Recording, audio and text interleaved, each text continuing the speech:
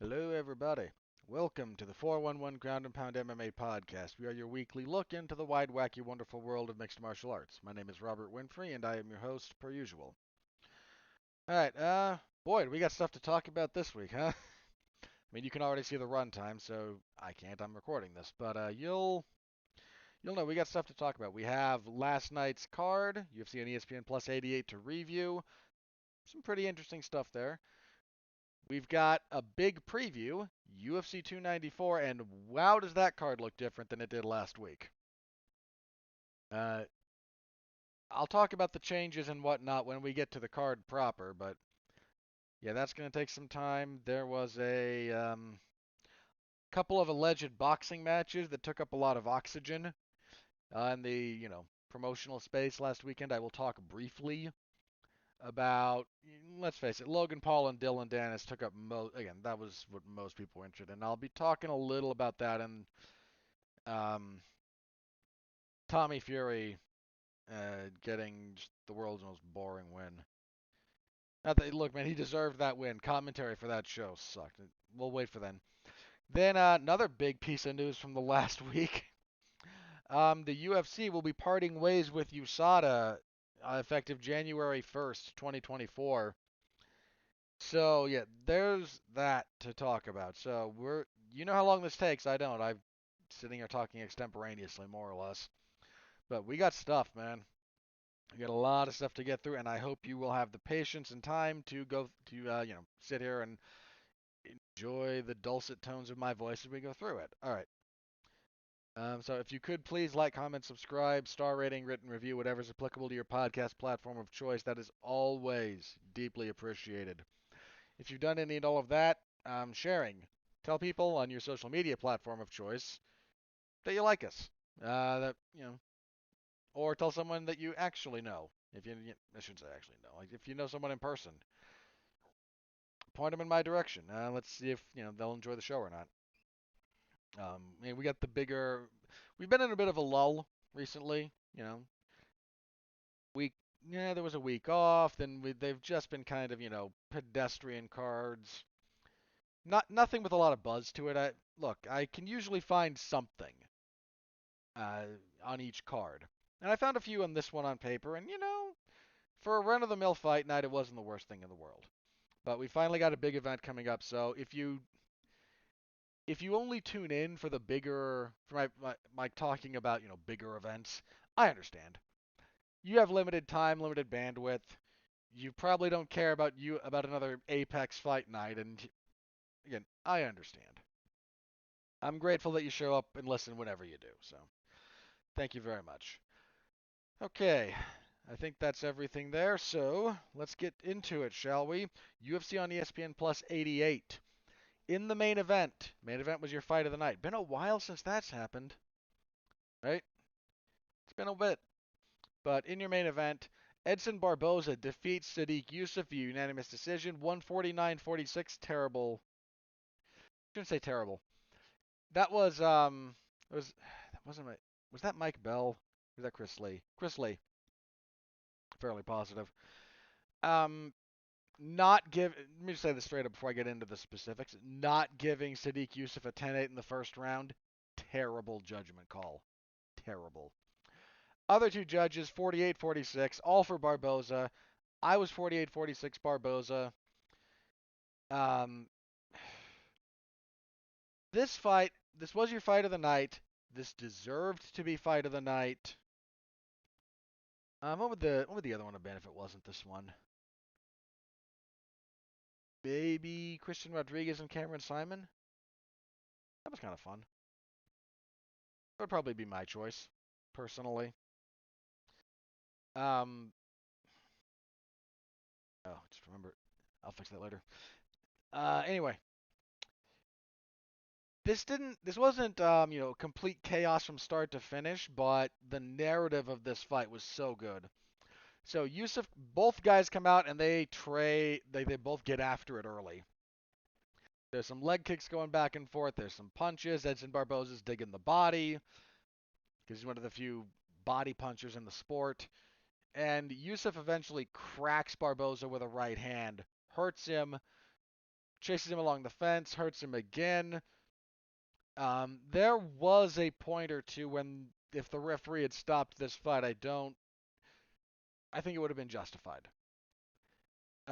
He batters Barboza around, but Barboza always manages to do just enough to convince the referee not to step in, and sees out the round. His face is kind of banged up again. 10-8, pretty clearly. If you're not, is that Chrisley or Cleary? Hang on, I gotta look this up now because there's so many judges that are just a little bit weird. Yeah, it was Lee. Yeah, Chris Lee. Weird call. But Barboza survives.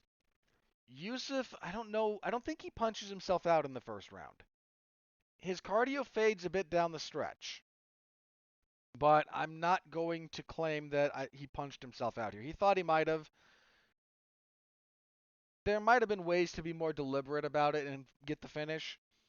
But it didn't look to me like he just gave everything in the first round and then spent the next four, completely out of the fight. That's not true. Second round was actually, again, fairly competitive. I gave it to commentary kind of thought that Yusuf had it. Second round. Don't Nobody else that I saw agreed with that. Barboza had kind of the most effective stuff in the second, landed a lot of body work that seemed to bother Yusuf at a couple of points. Third round, Barboza's jab starts working. The third round is home to the crazy moment of the fight. Yusuf seems to be kind of recovering a little bit. Went out real hard in the first, was competitive in the second, but maybe, you need a lower output round to recharge for the third. He's not crazy in the third, but I actually think he's not winning the round before the end of it, but you could argue it was close enough that you could argue he was. Then Barboza wheel kicks him.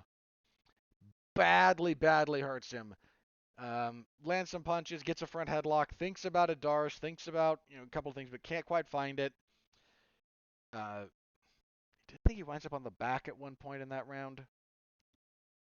But clearly wins that round. You might be able to argue, I don't agree with this, but there actually might be a 10-8 argument for Barboza in that round, given just kind of how close that was on occasion.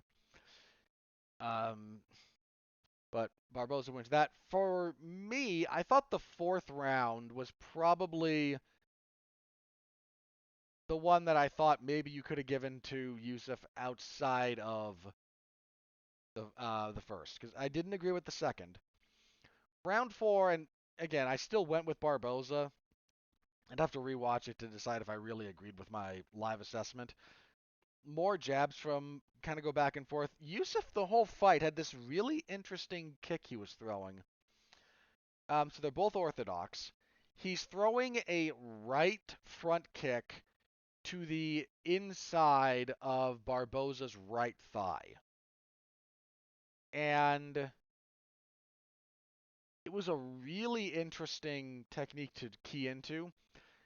It took away a good chunk of I shouldn't say took away, because it didn't completely remove it. It hampered a lot of Barboza's traditional offense. That kick coming up like that messes with the leg kick. It messes with the switch kick. And it's pretty good about distance management. The problem is, it's good about distance management, but your target is far enough back that you're still you're in range for certain attacks, usually body shots. But if you've never had a pretty good, I've been kicked to the inside leg with, roundhouse kicks. If you've never taken a front kick with just the ball of the foot kind of getting into that sucks. And it seemed to, again, I don't think it was enough to really hobble Barboza, but it did make him adjust some of the weapons he was using at different times. The problem that Yusuf ran into is he had a tool to kind of diffuse some of Barboza's offense, not enough to diffuse all of it. And then again, his output kind of waned down the stretch. But the fourth round was fairly competitive. I still thought Barboza took it. He's still working the body. His jab's more effective. And the fifth round, kind of more of the same. So ultimately, Barboza takes home the decision. Again, there is good action in this fight. I don't mean to say that there isn't. If you're looking for just a straight, like, crazy fight, start to finish, high pace, high action, I'd actually more point you to Christian Rodriguez and Cameron Simon, personally. That fight, nonstop. Uh, Pretty nuts. There's so much grappling in that. A lot of that's just a good fight. But if you want, like, again, kind of the emotional ebbs and flows, something dramatic, yeah, main event. I don't object to this getting fight of the night one bit. I mentioned a little bit about this last week. Like, Edson Barboza has been in the trenches in the UFC for almost 13 years. He took an absolute mauling in this first round. Not the worst first round mauling he's ever taken, which is kind of crazy when you look at this round like, oh no, that was 10-8. Yeah, that dude has been on the wrong end of some violent first rounds. Watch his fight with Khabib, watch his fight with Kevin Lee. The supreme irony is this is actually territory. I mean, irony is not the right word. Most fighters have never been in the kind of position that Barboza was in getting off the stool for the second round of this fight. I'm not saying Barboza's in that position every fight, but he's been down this road before. And with some genuine monsters. Like, Kevin Lee's kind of a monster. Khabib, monster. He was able. There's a lot to be said. Michael Bisping said it in his. He interviewed both guys after the fight. He talked with Yusuf, and he spouted again kind of a truism that's experience can't be bought, only earned. And Barboza had it in this kind of fight. Yusuf didn't, and that played out a little bit. That matters. Uh, yeah, Barboza, he's one of those guys who been around forever, been in some great fights, given us some high quality violence. Um, I'd seen other people floating the word legend around with him before. I hadn't been on that boat. This fight puts me on. I am on that train, man. Edson Barboza, never a champion. I think he only had the one interim title fight that was with Kevin Lee. Never was able to climb all the way to the mountaintop, but across two weight classes in 13 years, he's fought he's fought pretty much every level. He's When he was the newcomer, he fought some of the entry level guys. He fought the mid guys. He's fought some of the best. I'm okay saying at this point that dude's a legend. Like, there's kind of tiers within legendary status. Like, there's some that are just like super, the guys you get like super almost emotionally attached to. They're just, big time legends. I don't think Barboza's quite like upper tier legend, but my personal rankings on this, like, this fight crossed him into legend status for me. Tough loss for Yusuf. And he said after the fact, that it hurts. I'm sure it does. He was ending a pretty decent layoff and showed that there were ways he could have won this fight. Like, even after the first round, like, he was still in the other rounds as kind of a general rule. Just, I don't know if he overpunched himself in that first round. He seems to think that was part of it. Sure, that didn't help. Um, but there's things he can take from this. This was his first 5 round fight, and he went all five. And I've said this before.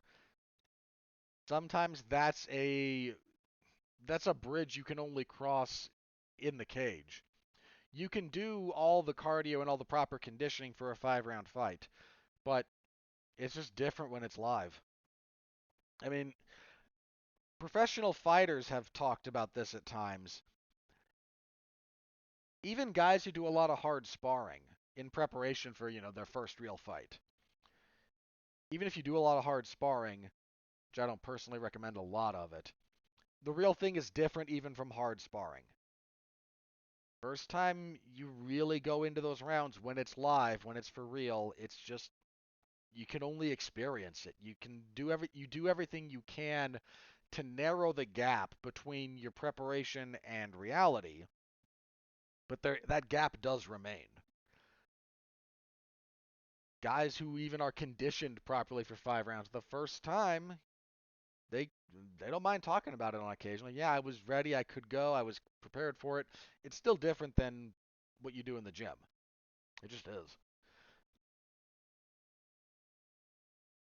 Still think Yusuf has a relatively bright future. The layoff recently kind of hurt.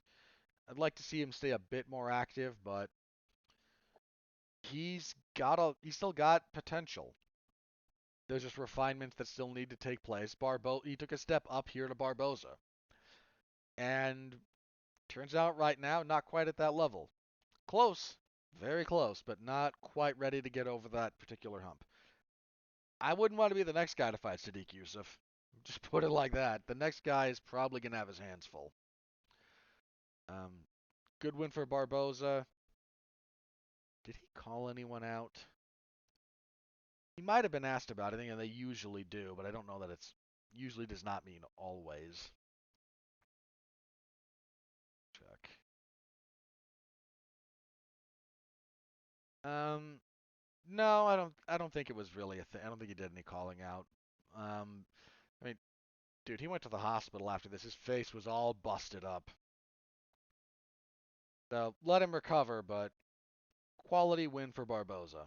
So my hat's off to him. Good stuff there. And you're in. Fight of the night. No complaints from me on that one. Co-main event, Viviane Araújo defeats Jennifer Maia via unanimous decision, 29-28 across the boards. Not a lot here.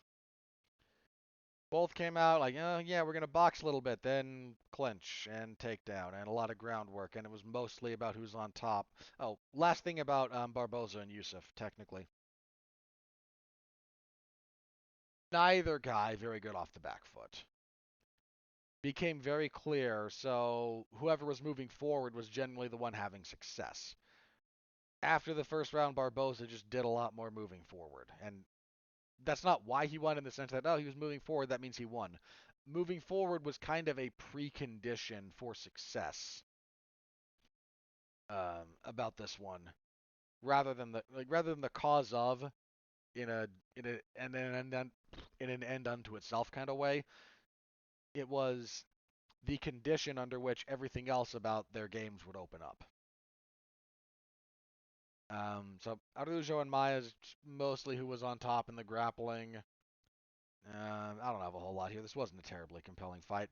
Much needed win for Araujo. Been on a bit of a skid. She needed the win pretty badly.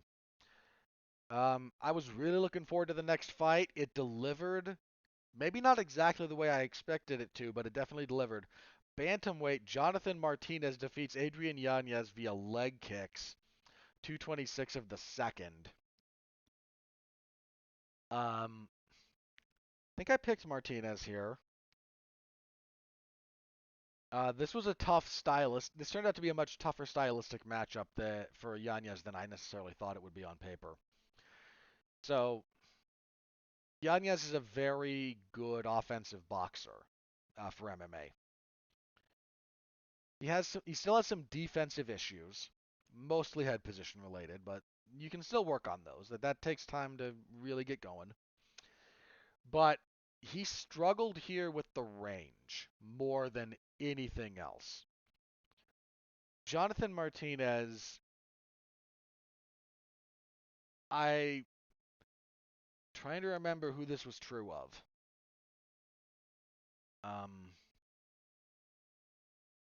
I want to say this was true of Martinez, but this might have been an anecdote about somebody else that I'm misapplying. So if I am, I apologize.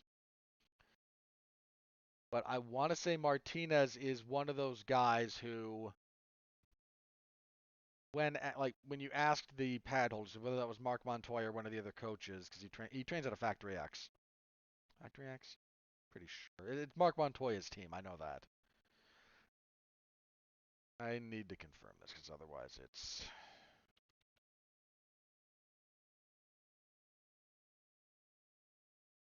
bother me just a little bit. Yeah, he is Factory X. So whether he's the one holding the pads or whatnot, but I want to say Martinez is one of those guys who, like, when asked like who's the hardest kicker you've ever held pads for, Martinez might have been the name that came up. It's either that or that. Was that actually about? Was that might have been a Javier Mendez story about Gabriel Benitez? Now that I think about it, I forget. Forgive me again if I'm wrong. I'm wrong about the anecdote, but Jonathan Martinez kicks like a farm animal. He stopped people with leg kicks, but he stopped Cub Swanson with leg kicks. You know how hard that is to do? To Cub Swanson? He did it. He's had his kicking is a big part of his offensive tool set, and he kicks like a guy at least 2 weight classes heavier. He just has so much power in those kicks. Um, you give that guy time and space, you've got it. That is a weapon of his you have to take away as fast as possible because if you don't, he will just chop you down. What he did to Yanez here, he didn't throw it right away, did he? That might have been one of the first things he actually connected with, but it wasn't the only weapon he threw. You got to disguise that with your movement, other offensive weapons. But in the first round, Yanez started struggling, limping at different times. The timing and like Martinez will throw that kick like when you're coming in. You come in, kick. You set to throw. He jabs, rolls, and he throws that kick. Just brutal over and over and over again. Yanez had degrees of success anytime he could get close. His hand speed and, again, kind of general boxing started to show up. But his movement got hampered by those kicks early enough that Martinez's circling and kind of general ring position was never able to really be corralled and controlled. When they got close, Martinez, hands up, defensively sound, throw back enough to kind of let him know you're there, but did not want to be there. And, dude, there aren't too many people who want to be in boxing range with Yanez. That's a bad place to be. Second round, more of the same, just those killer kicks. He gets him against the fence and just unloads. The one that finally does it, there's not been confirmation of this, as far as I know. He throws it, Yanez tries to get his leg out of the way, and the kick goes through, it winds up catching his ankle, and uh, and Yanez afterwards, like, drops holding his knee. Here's again, no confirmation, my speculation. That leg was toast. What got him out of there ultimately might not have been what is, well, like the normal kind of soft tissue damage that leg kicks cause. And I don't say that dismissively. Like, that stuff sucks. But given the way he kicked, where he caught him on the ankle and kind of the angle at which, because you lift the leg up and you try to hinge, you a little bit try to hinge the knee. It caught the ankle and it sort of pushed the leg not just out, not like opening up the hips, but he was low enough on the leg to kind of lever that outwards and back. There might be some kind of knee joint damage here. Because that's not a direction you really want to get. The knee joint, again, not meant to move that way. It's meant to be a hinge joint. It goes up and down. And even then, only to a certain point, one direction. You put too much lateral force on it, something in there might tear. And given the angle and whatnot, I wouldn't be terribly surprised if there's something in there. I don't necessarily mean ACL, but you can do some damage to the meniscus, or there's a lot of things in there that can be really unhappy when you start moving the lower end of that. If you think of the leg as a lever, you move the lower end of that in a direction that that joint is not meant to go, and you kick it, you bring as much force to bear as Martinez does on his kicks. Something in there might have given. Don't know. It's a personal hunch, but wouldn't surprise me. Really exceptional stuff out of Martinez here. I got to give him all the credit in the world. This was a tough second fight for Yanez, dude. Going from fighting Rob Font in your big step up, losing, getting stopped in that fight, to then fighting Martinez. That's a rough two-fight stretch for anybody. Okay, for what it's worth, my theory there, I double checked Yanez's Twitter. Says he needs an MRI to see if his MCL tore. Um, so there's a. I wasn't just whistling Dixie when I was talking about that. Uh, hope it's not serious. Again, I like Yanez a lot, but his defense needs a little bit of work, and hopefully a slight. I don't mean he should be fighting newbies, but a slight decrease in the level of competition is not unwarranted off the back of these two losses. I fully expect him to be back stronger when he does return. But a small step down in competition is not the worst thing in the world. He doesn't need to be fighting four of these like really top tier guys on the back of this. So as for Martinez, he said he wanted someone top 10, top 5. This was what, 6 in a row for him? Yeah, and against an escalating level of opposition. Man, his only losses in the UFC, lost his debut. He's not very old. He's only 29. So his UFC debut would have been it was 2018. So he's only 24, very much like under the bright lights first time kind of moment. Wins a couple, loses a tough split decision to Andre Ewell. Wins a couple. Some pretty good wins there, actually. Frankie Saenz and Thomas Almeida. Is doing really good against Davey Grant before he kind of gets into a firefight with him in the pocket and Grant catches him. Hadn't lost since. 6 in a row. His rebound from that, a guy I don't think we've seen back in the UFC yet. Again, Zviad Lajishvili. He's Georgian. Country Georgia, not state Georgia. Alejandro Perez, Vince Morales, Cub Swanson, Said Nurmagomedov, and now Adrian Yanez. Dude he's good. He's very good. Yeah, somebody top 10 at a bare minimum. Check the rankings real fast. Now, these haven't been updated.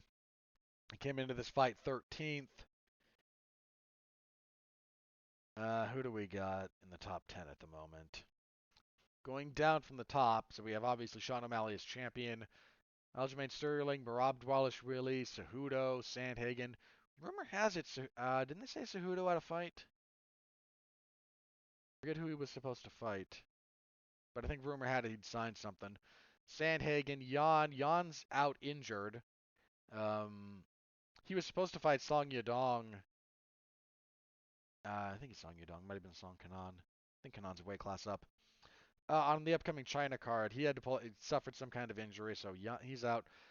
Vera, the aforementioned Song, Rob Font, Dominic Cruz, and Pedro Munoz.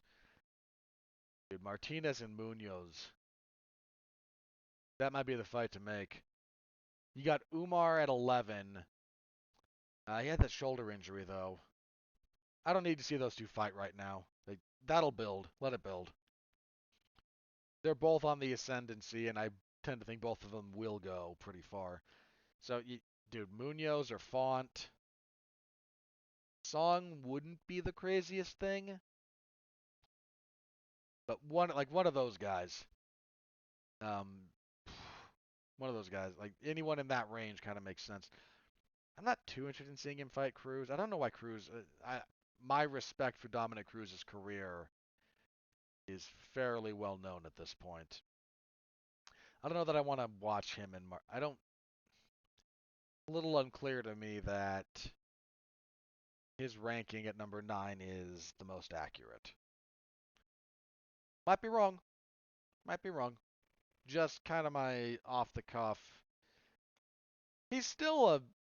I still think he's a top level bantamweight. I don't know that they won't put him lower because Munoz is 10 and he beat Munoz, so they won't do that. Which I don't know. I don't agree with how some of the rankings seem to be put together, but that's a whole other can of worms. We're gonna leave that one aside. Somebody in that range though for Martinez next is what I think is called for. 6 in a row at bantamweight's hard. 6 in a row, constantly going up the food chain, real hard. And he's doing it pretty ably. You know, I've watched this guy in his entire career over the last 5 years. He was very much early on again, kind of deer in the headlights. One of his earlier interviews, like post-fight win, just deer in the headlights. Could barely string together a full sentence. I don't know if he has some kind of social anxiety as a general rule or what. Look, not everyone does great on the mic. I'm not knocking the guy for it. It's just an observation. He's not. He's still not a great promo guy, but he was much more composed and articulate. Over these last few fights, he's been. He's not big talker, not big soundbite guy, but seems to have found his kind of composure with the mic in his face and the camera rolling. And that can be a hard thing to do. It can be a very hard thing to do.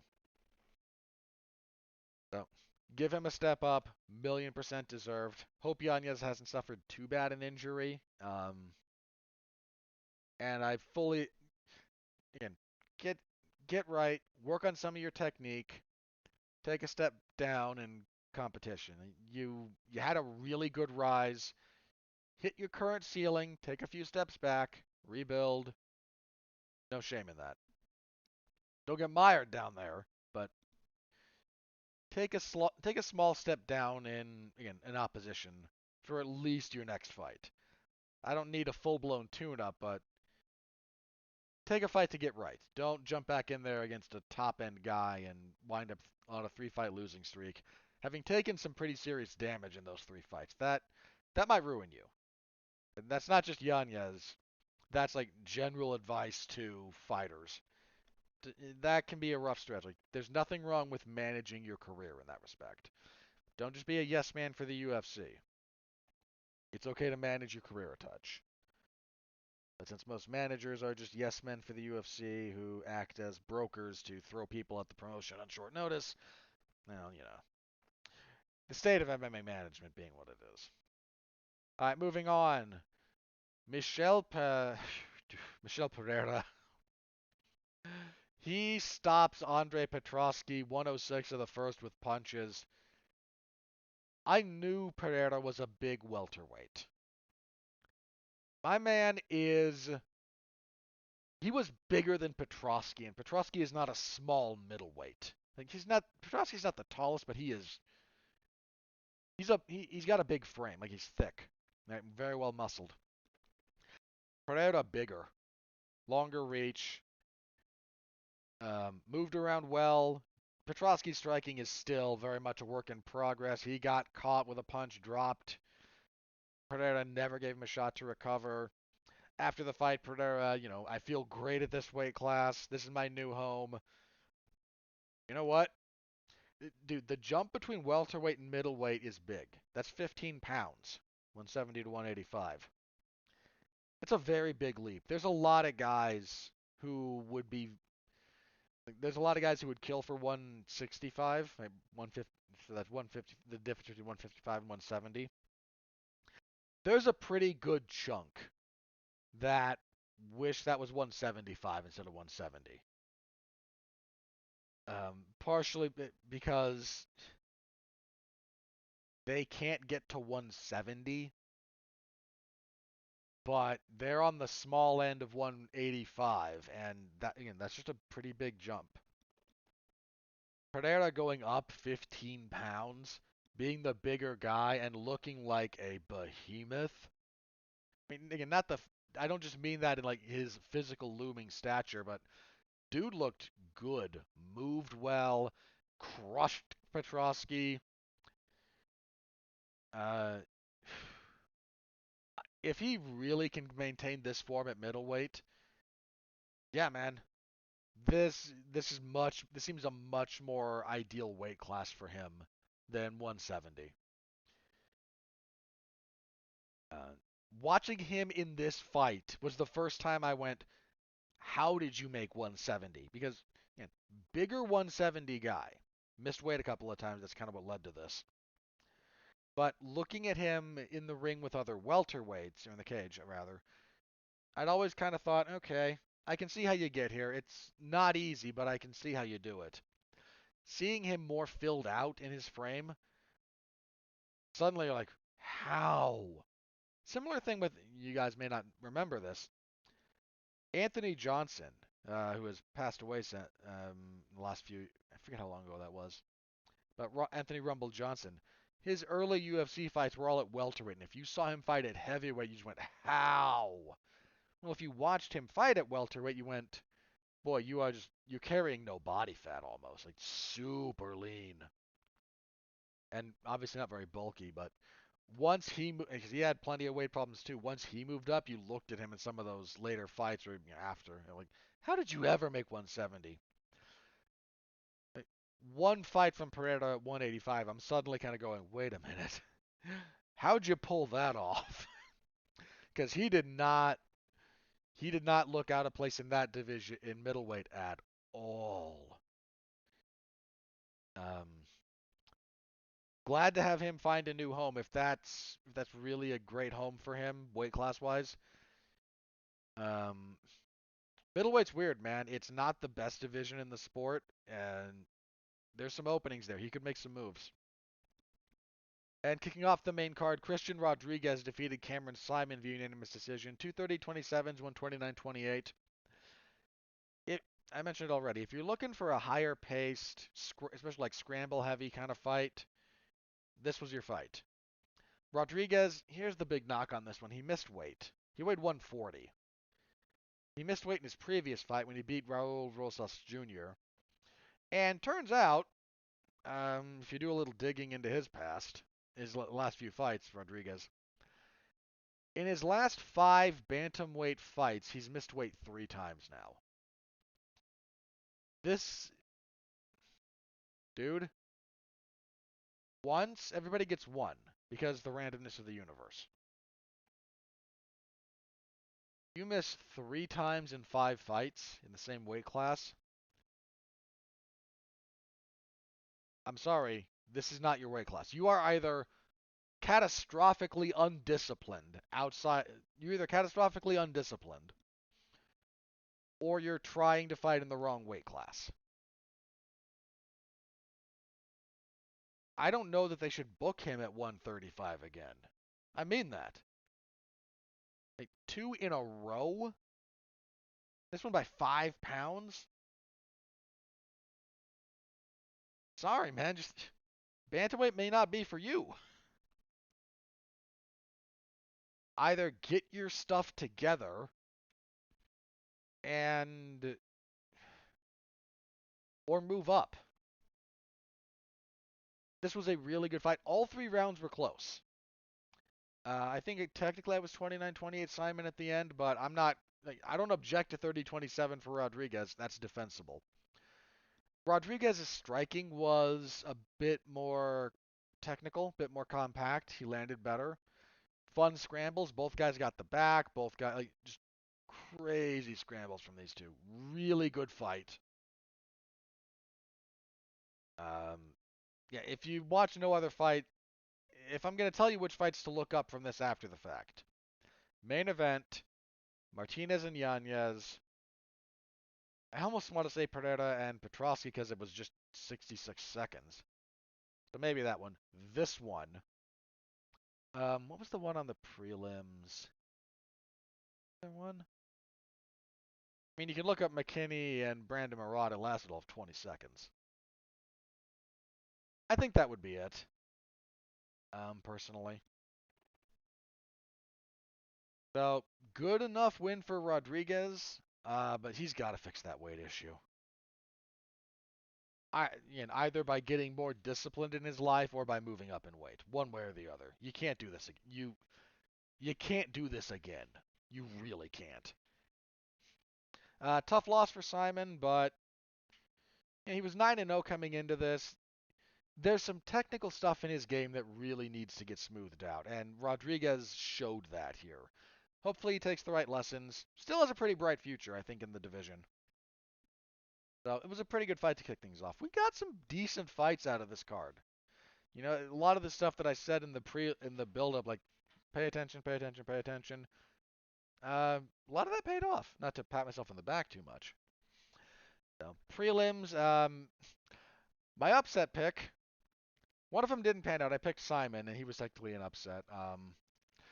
Darren Elkins defeats T.J. Brown via rear naked choke, 223 of the third. I don't pick Darren Elkins all that often as a general rule, but there's a certain level of opposition that he's able to beat. Brown was able to, thump on him a little bit, but got caught up in the grappling with him. And it's not that you can't out wrestle Elkins. You have to be careful when you do it, because otherwise he's going to try to make you scramble, try to keep you wrestling instead of controlling and pinning. Until he gets on top, then he controls you, pins you, lands some ground and pound, but mostly it's control. He had the back for a period of time in the first round, but couldn't quite get his hands together. Third round, when he got the back, he got a pretty good Gable grip, got the tap. Yeah, solid enough win for Elkins. I also just like wasn't terribly impressed with Brown's resume. Yeah, I'm not just saying this because I won, because I picked correctly. Put me back in time, I'd still make that same pick. It just made sense. Oh, yeah, oddsmakers off on that one. Women's bantamweight action. Tainara Lisboa defeated Havana Oliveira via unanimous decision, 29-28 across the boards. Not much here, I'm going to be honest. Both women did we're both Muay Thai kickboxers, and then we do a lot of clinching and a lot of wrestling. Not much there. Lightweight, Terrence McKinney knocked out Brendan Marat with a knee in 20 seconds. Just coming in, Marat swung, missed. McKinney got close enough, grabbed him, kneed him in the face, dropped him, finished him up. I would like to think that McKinney has a higher ceiling than this. But you give him these level of guys, he will just run over them. Women's bantamweight, Melissa Dixon defeated Irina Alexeyeva. 229-28 and a 30-27. Solid enough outing from Dixon. I don't agree with the 30-27 for the record. She's the better striker, and her more technical boxing was winning the first round until Alexeyeva dropped her with a right hand. We had some decent enough work on the ground, but Alexeyeva kind of, anytime she got on her back, she wasn't very urgent about getting up. And Dixon was okay, kind of top position, do some work until they get forced back up. Go back to being the more technical boxer. Alexeyeva has had more pop. Dixon's face was the one bloodied up at the end of this. Her nose was leaking pretty bad. But, dude, skills will win fights, and more technical fighter, Dixon, got the win. You're in your disrespectful placement on the card fight for the evening.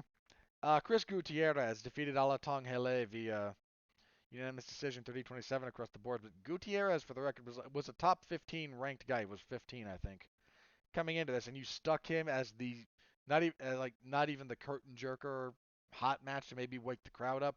You gave him the second fight on the prelims to the 15th guy in your organization in the weight class. He deserved better. He tore up Alatong with calf kicks. Yeah, just really solid. Just overall, a level above Alatong Hele, and showed that off all fight. Good stuff from Gutierrez. And kicking everything off, Emily Ducote defeated Ashley Yoder via unanimous decision at 30-27 and 2 29-28. Ducote just kind of better. These two hit each other in the head a lot. Ducote and just better striker. Pretty good body work out of Ducote. Cut up Yoder above both eyes, above both eyebrows. When it was all said and done, Ducote kind of needed the bounce back win after, because she lost to. She had a two-fight losing streak. Angela Hill and Lupita Godinez. She needed the bounce back, and to her credit, she got it. So solid win for her. And that was the card. We had a couple of fights that fell out. The one that I think was maybe most obvious, Edgar Scheidrez and Daniel Lacerda had been rebooked for this event after having the botched ending call. I shouldn't, in fairness to Chris Tognoni for that call, there's a bit where Lacerda's arm goes limp.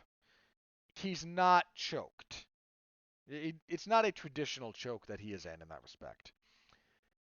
But you gotta make sure the ref knows you're there. And if you're in Tognoni's position, because some guys have weird variations on technique or just freakish strength, and they can get weird stuff like that. So if you see somebody start behaving a little bit like they're out, especially certain chokes, um, there's just certain ones that can really mess up your neck. That's one of the things Herb Dean talked about this when he waved off the fight between Ben Askren and Robbie Lawler in that Bulldog choke, which I think most people think was kind of a missed call by Herb Dean. If you go out in that choke, your neck can be in serious peril. Standing guillotine, kind of the same.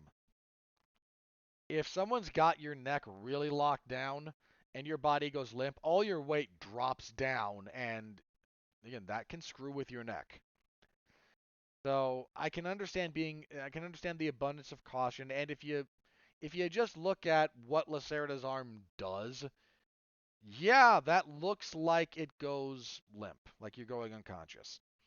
It's still a missed call, but it's more understandable than a lot of people were giving giving Tognoni credit for.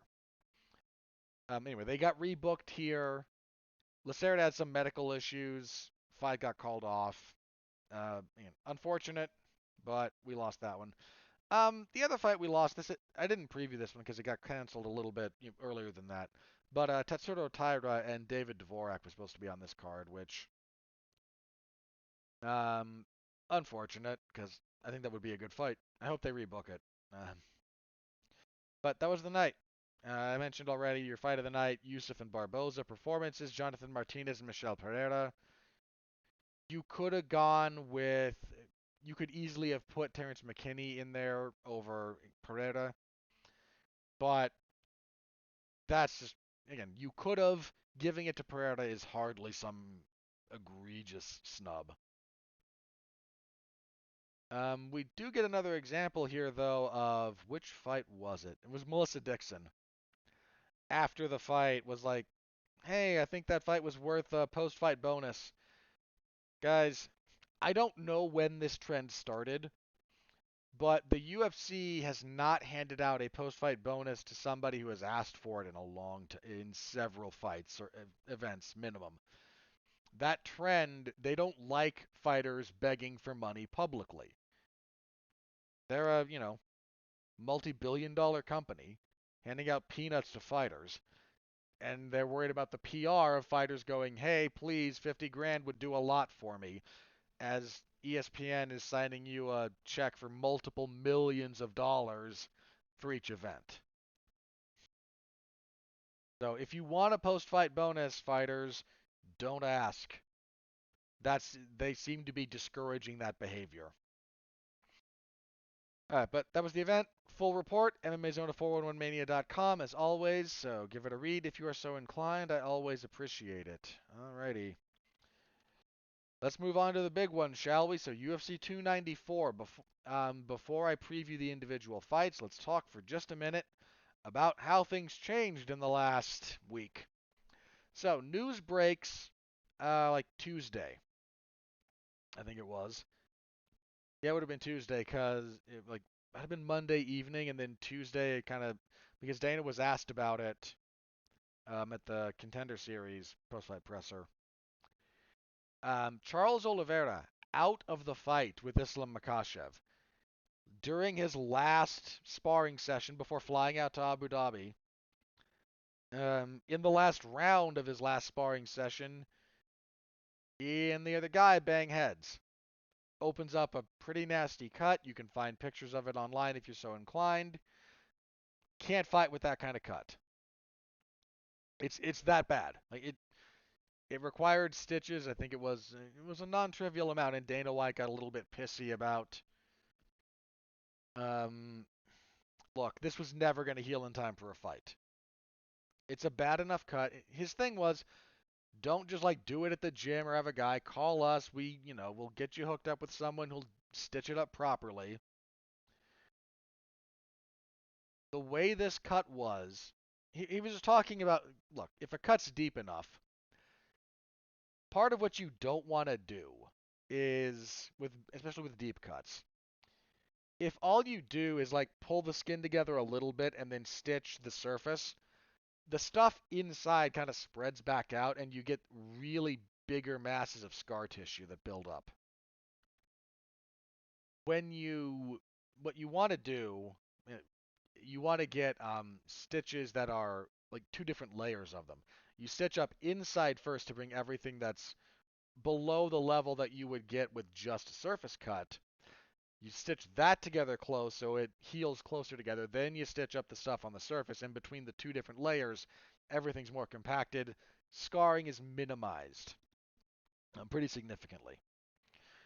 I mean, look, I don't have any facial scars at the moment. Uh, See if that holds for later in life. But I've got a couple that are. I've got the one actually that I got one on my back left shoulder. Yeah, I put my shoulder through a window. Um, it's not a long story. It's just a very uninteresting story. I think it's the only set of stitches I've had.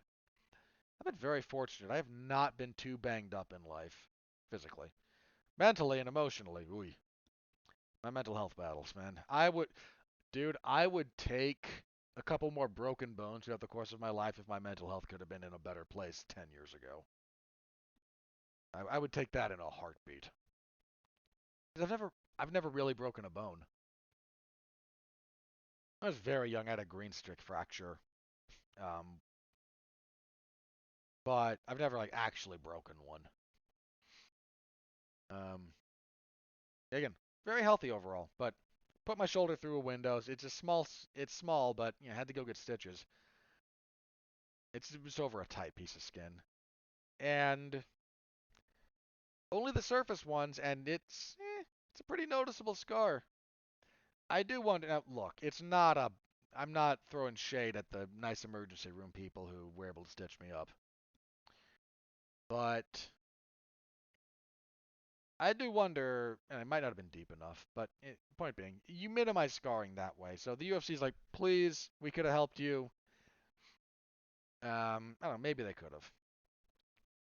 But I think even under ideal circumstances, Oliveira's eye was never. Dude, even if it had kind of close to the point where, like, you don't need the stitches anymore, the first time Makhachev hit that, it was splitting wide open. It takes skin. It takes longer to properly heal that than you might think. Um, and the connection there stays loose for longer than the stitches are necessarily in. So that was probably always going to happen. Really unfortunate, but in to save the day, so to speak, The UFC now, Mateusz Gamrot was the backup for this fight. Here's the thing to anyone out there listening. If you're the backup, you are break glass in case of emergency. You are the last resort. If the promotion has about 2 weeks, there's a little less than that, it's like 11 days. If the promotion has enough time, you're just going to stay as the if anything happens during the last 48 hours option. So they called people. Apparently they called Justin Gaethje, and I don't know if it was a weight issue or whatnot, but that wasn't able to happen.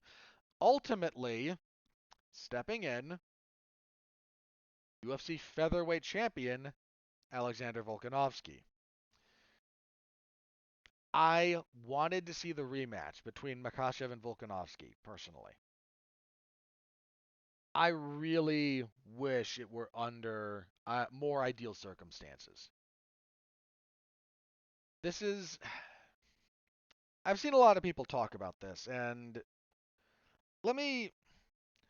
Before I talk about this fight and how I think it's going to go, let me preface some of. Because a lot of people are talking about like the narrative of this. Volk stepping up on short notice, he has nothing to lose. That's not true. Here's what he's risking. In addition to his physical health, which is always in peril when you fight, he had surgery not that long ago on his elbow. Now, I don't think it was anything major, but originally, like part of the reason they went with Oliveira and Makhachev for the Abu Dhabi card was that Volkanovski didn't think he was going to be ready. Maybe it's just more money. Maybe it's I don't know. I don't know exactly why, but we're back here. And he felt ready to accept the fight. So, but what is he? You might be asking again, what's he risking? If he loses this fight, even if it's another close fight like their first one, kind of think it will be. Even if he loses, even if it's that kind of fight, if he loses, he's not getting another fight with Islam Makhachev. If he has genuine designs at competing at 155, he is going to be on the outside looking in of the title picture until Makhachev drops that belt. Now, maybe there's an outside shot that he could do something super impressive and force the UFC's hand, but that's what it would need. You can't just win a fight or two and say I demand a rematch. You've had two shots, he came up short both times. You'd need something pretty spectacular. And that's what he's risking. He is risking his two divisional aspirations for the immediate and potentially foreseeable future on very short notice. Now, the flip side is the opportunity for almost unparalleled glory. If Volkanovski on 12 days notice against comes in to Abu Dhabi, hostile foreign territory, and beats Islam Makhachev, that will be one of the greatest things this sport has ever produced. I don't say that lightly, but I mean it. He I don't even know that there's not really a whole lot that would be comparable to. Their first fight, super close, scored it for Volk in real time. Don't object to Makhachev winning it. Uh, don't object to that at all, personally. Super close, super technical, great fight in that respect. If he fights the form that Islam is in, if he beats him in hostile territory on short notice to become a two-division champion, dude's already undefeated at featherweight. His only loss at lightweight is to Makhachev. His only other loss was up at welterweight. Of all places. He's got that big old winning streak at featherweight. He's got several featherweight title defenses. under these conditions, if he beats Makhachev to climb that peak, that we have to start. Nobody's going to want to do this. You can argue recency bias or too much rose-colored glasses and nostalgia. We have to start thinking about Volkanovski as one of the all-time, and I don't just mean all-time, I mean like all-time. That would be, look at his featherweight run real fast. Because his featherweight run in the UFC, because his UFC debut was actually up at lightweight. Then he drops to featherweight. Rota, Young, Kennedy, Elkins, Mendez, stopped Mendez. Beats Aldo cleanly, beats Holloway twice, beats Ortega, stops Chan Sung Jung, beats Holloway more decisively than anyone has beaten him, maybe ever. Well, certainly in his current form. Goes up, loses to Makhachev, goes back down, beats the crap out of Yair Rodriguez, stops him in the third round. Yeah, this is all-time great. This is borderline Mount Rushmore stuff if he beats Makhachev here. I mean, again, I mean that in all sincerity. Like, that's... You have to put that man in the conversation with guys like George and Anderson. I don't know that you're ready to take him off, ready to take one of them off and put him on Mount Rushmore at this moment. But that is absolutely the kind of run he's having. And if he, again, especially if he wins, that is one of the greatest moments that MMA will have ever produced, and that will put Volkanovski in the rarest of rarefied air. I don't know that I favor him to do that. Much as I scored their first fight for him, Makhachev is the kind of guy you have to be very well prepared for. Not saying he can't be. I'm not saying that he hasn't been thinking about it, but before this, I mean, Volk mentioned this. I think some other people have confirmed it. Like, he was pretty close to signing a bout to defend the featherweight title in January against Ilia Topuria, which is a great fight, by the way.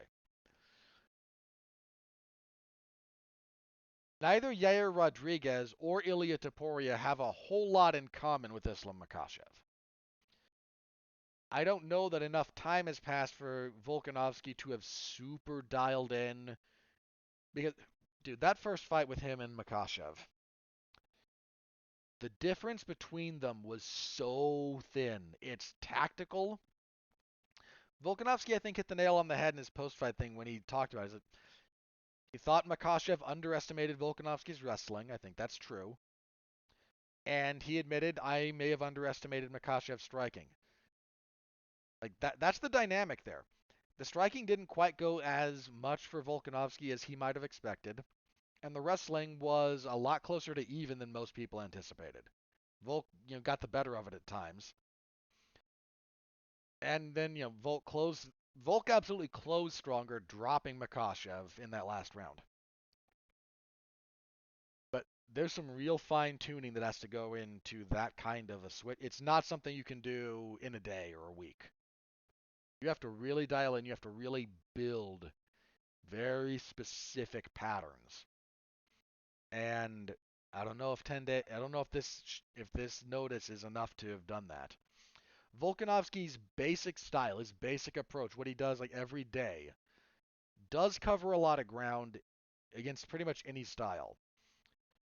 But we're talking about a guy that you have to be super sharp against. Now, the flip side is kind of true as well. Charles Oliveira has almost nothing in common with Alexander Volkanovski. There's a lot of very, very specific stuff Makhachev will have been doing that has to kind of go out the window. You have to be ready against Oliveira for a more offensively minded kind of dynamo in that respect. You have to be very defensive, a little bit counter heavy, and he could, given how Oliveira fights, Makhachev out wrestling him, especially like clinch to a trip to some serious control, that's a lot of what he did in their first fight. Not exclusively, but a lot of it. That doesn't work on Volkanovski. We've seen him try it.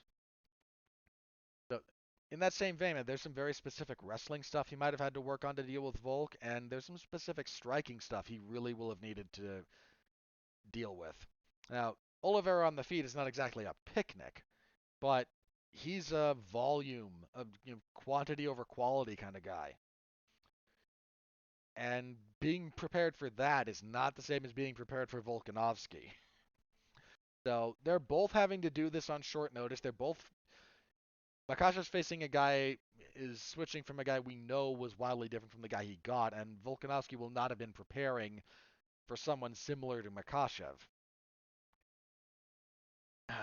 This is still super close. Their first fight was super close. This fight will be super close.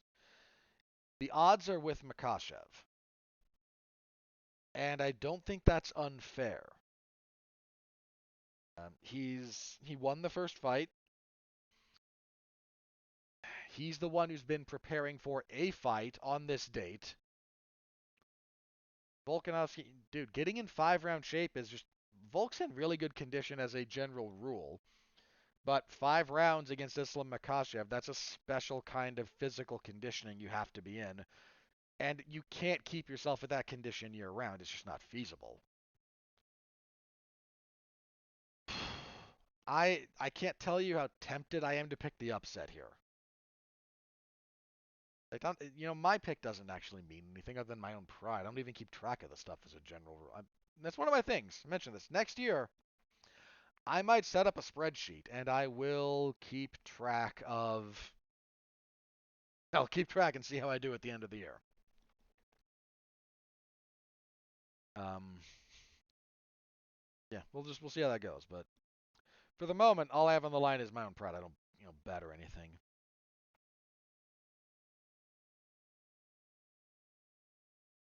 You know what? Why not? Why not pick the upset? I'm not going to be surprised if either guy wins in any way. They could knock each other out. They could submit each other. We get another decision. All in play. I will say this though. I'll be a little surprised if Volkanovski is able to win a decision in Abu Dhabi against Islam Makhachev. I know the judges are going to be, whoever the UFC flies in or whatnot, but just throwing that out there. That's probably the least likely outcome, all things considered. I mean, apart from weirdness like injury or DQ or all that kind of stuff. Just a thought. Just a thought. I'm gonna go with Volkanovski. Screw it. Um, I don't think that's the most likely outcome, but why not? Just why not? Our co-main event got changed as well. Supposed to be Khamzat Chimaev and Paulo Costa. Costa came out and revealed he had elbow surgery. Not able to make the date. Understandable. So in steps, there were some options. I can tell you the one I would have been most interested in personally, and it's not what we got. Personally, most interested in Bo Nickel. Now, Bo's come out and said they didn't even call him about the fight. Now, he might have been further down on the list. Because, look, when this happens, you have a list, right? And you go down the list. He might have been a little bit further down than the guy we got. But apparently, according to him, the UFC did not call him. What we got is former welterweight champion Kamaru Usman. And another fight where things are radically different. First of all, the UFC also came out and said, yeah, whoever wins this fight gets the next title shot, which, man, if I'm DDP, I'm pissed. Now, let's be clear also about one thing. The next middleweight title shot is not necessarily going to the winner of this fight. It's going to whoever is healthy and ready whenever the UFC slots the middleweight title onto a pay-per-view. That's it. I believe, still, Dricus du Plessis is your rightful number one contender.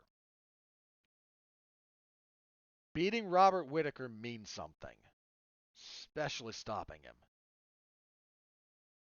And that means more than either of these guys beating the other one.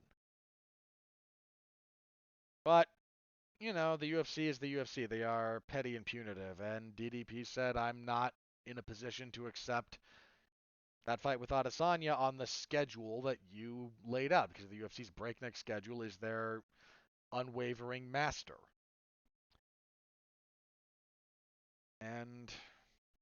But they hold a grudge about stuff like that, so. But look, watch the winner of this fight get injured, and it be Dricus either again, or if they'll go to somebody else if those two aren't available. Like, the UFC has a taskmaster. It is the schedule. That's kind of where it is. So here's the thing about this. Kamaru Usman has only been taken down once in his entire UFC career. Dude, Usman was maybe on the verge of surpassing George St. Pierre as the best welterweight ever before those two Leon Edwards fights. And I don't think that was ill-founded talk. This was a guy who had never lost in the UFC, a guy whose rounds lost you could count on kind of one hand in any sort of serious capacity.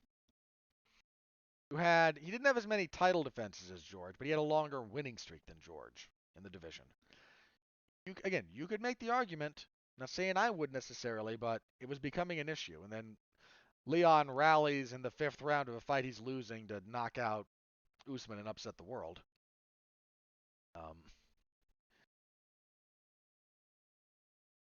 But the only time he's been taken down was actually that first title fight with Leon. In the 1st round, they clinch up, and a little bit of a wrong step from Usman. Edwards is able to get kind of an inside trip. Usman desperately tries to keep a roll going after he hits the ground. Can't do it. Only time in his entire UFC career he's been taken out. And he's fought guys who have tried.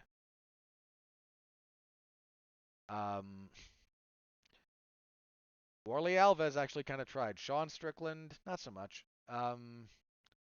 Emil Weber-Mech tried to take him down. Maia tried to take him down. Rafael dos Anjos tried to take him down. Tyron Woodley tried to take him down. Colby Covington both times tried to take him down. Nothing doing. Chimaev's going to try to take him down. Now, Chimaev is bigger, and that might play a role. Chimaev's style of wrestling will also play a big factor in that. His double leg doesn't come from traditional double leg range. Normally, you're fairly close when you try that. He just tries to football tackle you. Power punching will be an issue. Not that Usman is some pillow fist. He's knocked a few people out. But his striking is also a lot more measured, and Chimaev is a lot more active. That's going to be a problem. If this were 5 rounds, I would favor Usman. Over 3, that muddies the waters a little bit. I haven't seen the odds. I knew Chimaev was actually a favorite over Costa. The line is here. Yeah, they've got Chimaev at minus 250-ish. If you don't mind betting, and if you don't mind losing, plus money on Kamaru Usman here might be a good value bet, to be candid.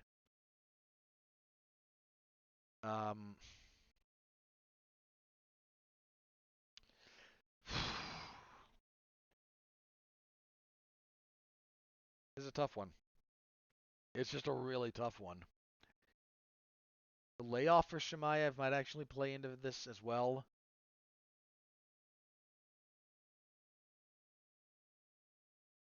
Usman's handled buzzsaws before. Maybe not buzzsaws that are exactly like Chimaev. Physicality is going to be a problem for him in this weight class. Usman's just a more natural welterweight. I think that's kind of his natural weight class. He's really yoked in that weight class, but physicality is going to be a problem. My losing streak's a problem. How old is he? Oh, that's the other thing. Sorry. That's actually the other thing about Volkanovski and Makhachev. Volkanovski is now over 35. If he bucks that trend, for the record, I think the line has shifted. Male UFC fighters in UFC title fights over 35 and over is now like 2-30.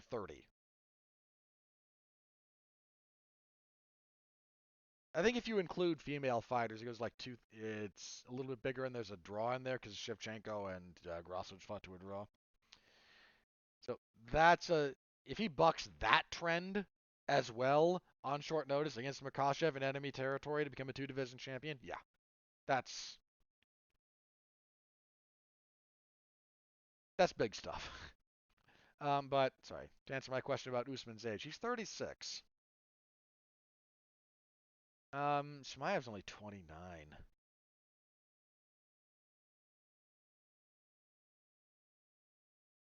Again, if you don't mind losing money, the value plus money on Usman actually might be a good value bet. I'm still gonna go with Chimaev. I don't, especially again, especially plus 200 on Usman. That'd be a real tempting value bet. Chimaev, I'm okay picking him. I don't know that I'd pick him at like 3-1, which is what he is at the moment. So, all right. Light heavyweight, Magomed Ankalaev, maybe the best light heavyweight in the division, in the UFC's division. Coming off of that draw with Jan Blachowicz that kept the light heavyweight title from having a holder, which it still doesn't. But did they? I think they've announced. Did they announce? Yeah, they announced Prochazka. I was talking about this a while ago. Prochazka and Pereira for the belt. Ankalaev might still come on and win that belt. He's fighting Johnny Walker. This, I don't want to say it's a total setup. Walker's won his last three, but Ankalaev has generally demonstrated to be a cut above. Feels like, again, a little bit of a showcase. I don't mean that Johnny Walker is not a chump, but this feels like it's designed for Ankalaev to win, come out afterwards and say, I got next, and do it in front of a fairly happy crowd. Next fight, we were supposed to have Ikram Aliskerov and Nasruddin Imavov. Which would have been a really good fight. Fortunately, Imavov had a visa issue because he is. I don't know what this would be exactly. He's a Imavov is. Yeah, he was born in Russia but raised in France. His family arrived in France when he was 9. So he's. I think he reps the French flag as kind of a general rule.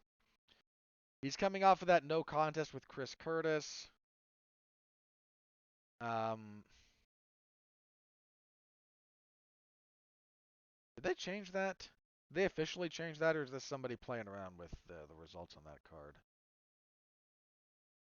No, actual no contest. Okay. He lost to Sean Strickland before that. That was up at light heavyweight. It was kind of a short notice thing. That's a loss that is not going to be held too strongly against him, given that Strickland is now the champion. Anyway, would have liked to see him against Alex Skarov. Unfortunately, again, visa issue for Imavov. In steps Warley Alves, who fought in January, lost to Nicholas Dalby, lost to Jeremiah Wells before that. He's been a UFC career welterweight.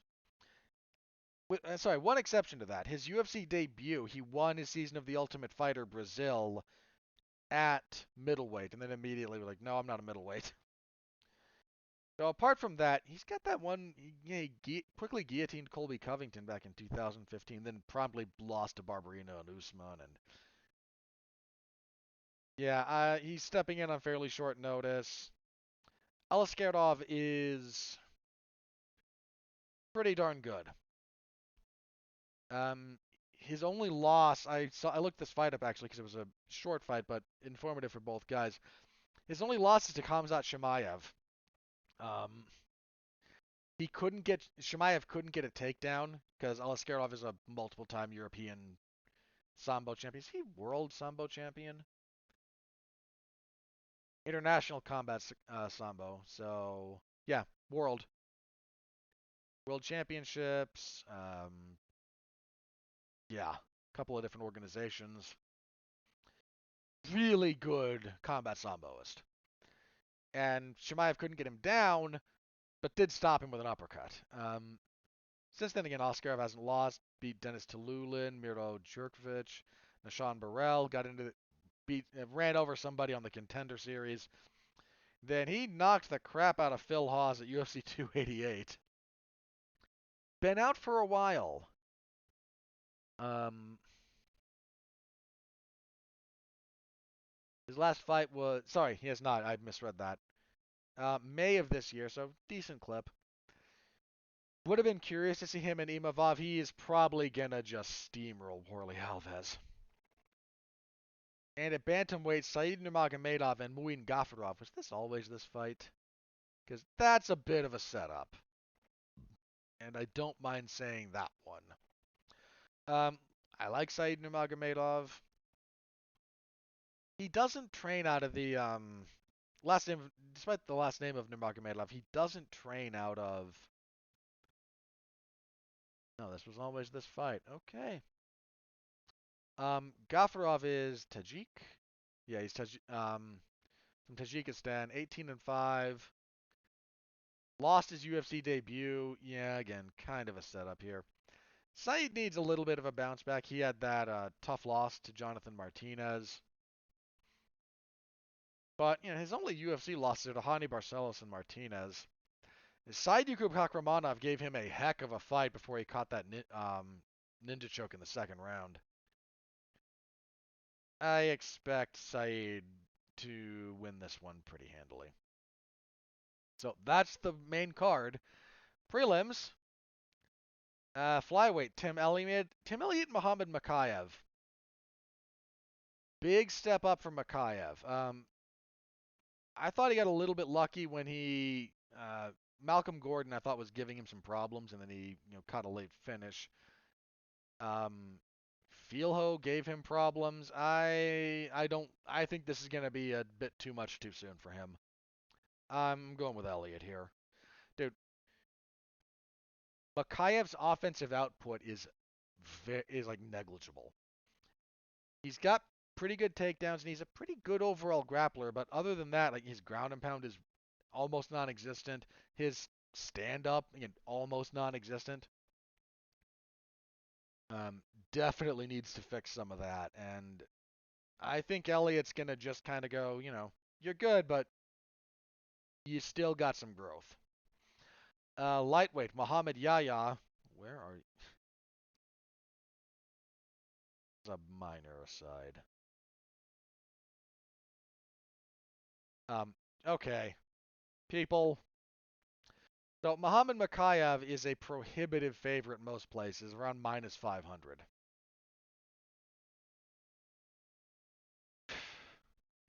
Okay. Not saying he can't win. I'm not saying he can't win this fight. I don't think he will, and those odds are not justified. If you know how good Tim Elliott is, and I do, and you've seen the weaknesses in Makhachev's game, and I have, you're asking for trouble with odds like that. Just throwing it out there. You are asking for trouble. Muhammad Yahya, who is from the UAE actually. Home fight for him. 12-3. I think this is his debut. Yeah. Brings 5-fight win streak. And no on his list. Win or loss? No. He's fighting Trevor Peek, which is I don't know if I'd call that a gimme. Peak is just a wild man. Peak 1-1 in the UFC, had that wild fight with Eric Gonzalez, then lost the most entertaining parking lot fight you'll ever see against Chepe Mariscal. That's a tough one. Yeah, the overall experience of Yaya might be a problem. He's got 15 fights, Peak has 8. Yaya's a pretty heavy favorite. Not heavy. Oh, actually, Peak's the slight favorite. Hmm. They'll be trying to give Yaya a winnable fight. I don't know, man. You know what? I think the odds are about right on this one. Close, but maybe leaning towards Peak. I'm gonna do that too. I'll lean towards him. Not gonna be shocked if he can't kind of, I say this with affection, donk his way through this. But dude, if Yaya's never fought someone who fights like Peak, um, you have to be ready for that kind of fighter. Now, he could very well be. He's probably seen Peak's fights, but you got to be ready for that. Otherwise, it'll catch you off guard. Let's see. Bantamweight, Javid Basharat and Victor Henry. I feel pretty good picking Basharat here. He's undefeated. What, 3-0 in the UFC. I actually like Victor Henry. I think he's a pretty darn good fighter. He's 23-6. He had a really good UFC win in his debut. He upset Hani Barcelos. That loss to Rafael Assunção, though, that's kind of glaring. He beat Tony Gray. Yeah, uh, this is a very competitive fight. The odds have Basharat as a very big favorite. I'm picking Basharat. I don't mind doing that, but those odds are a tad disrespectful to Henry. Again, you might be asking for trouble with that.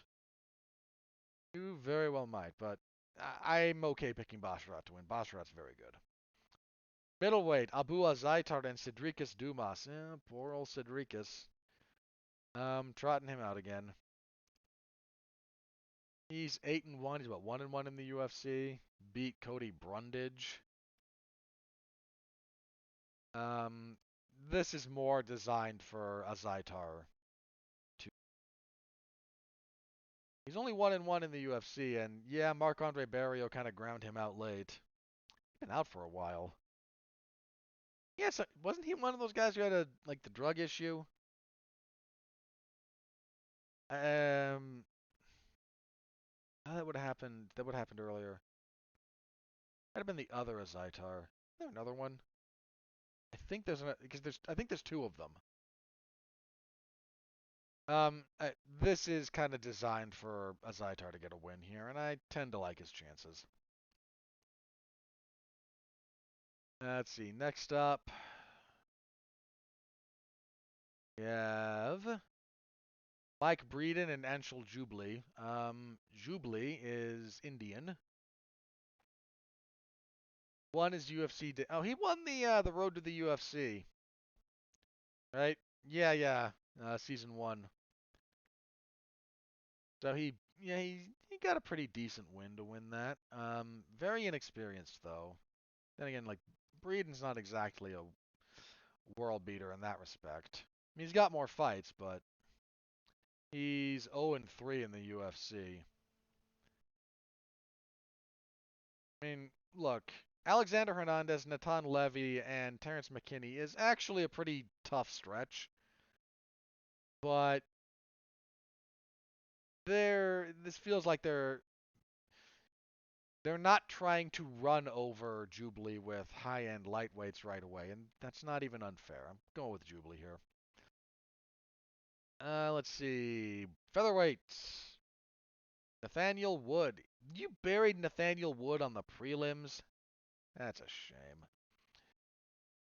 Um, why is he fighting? He should be fighting much higher on this card. Much. Anyway, he's fighting Muhammad Naimov.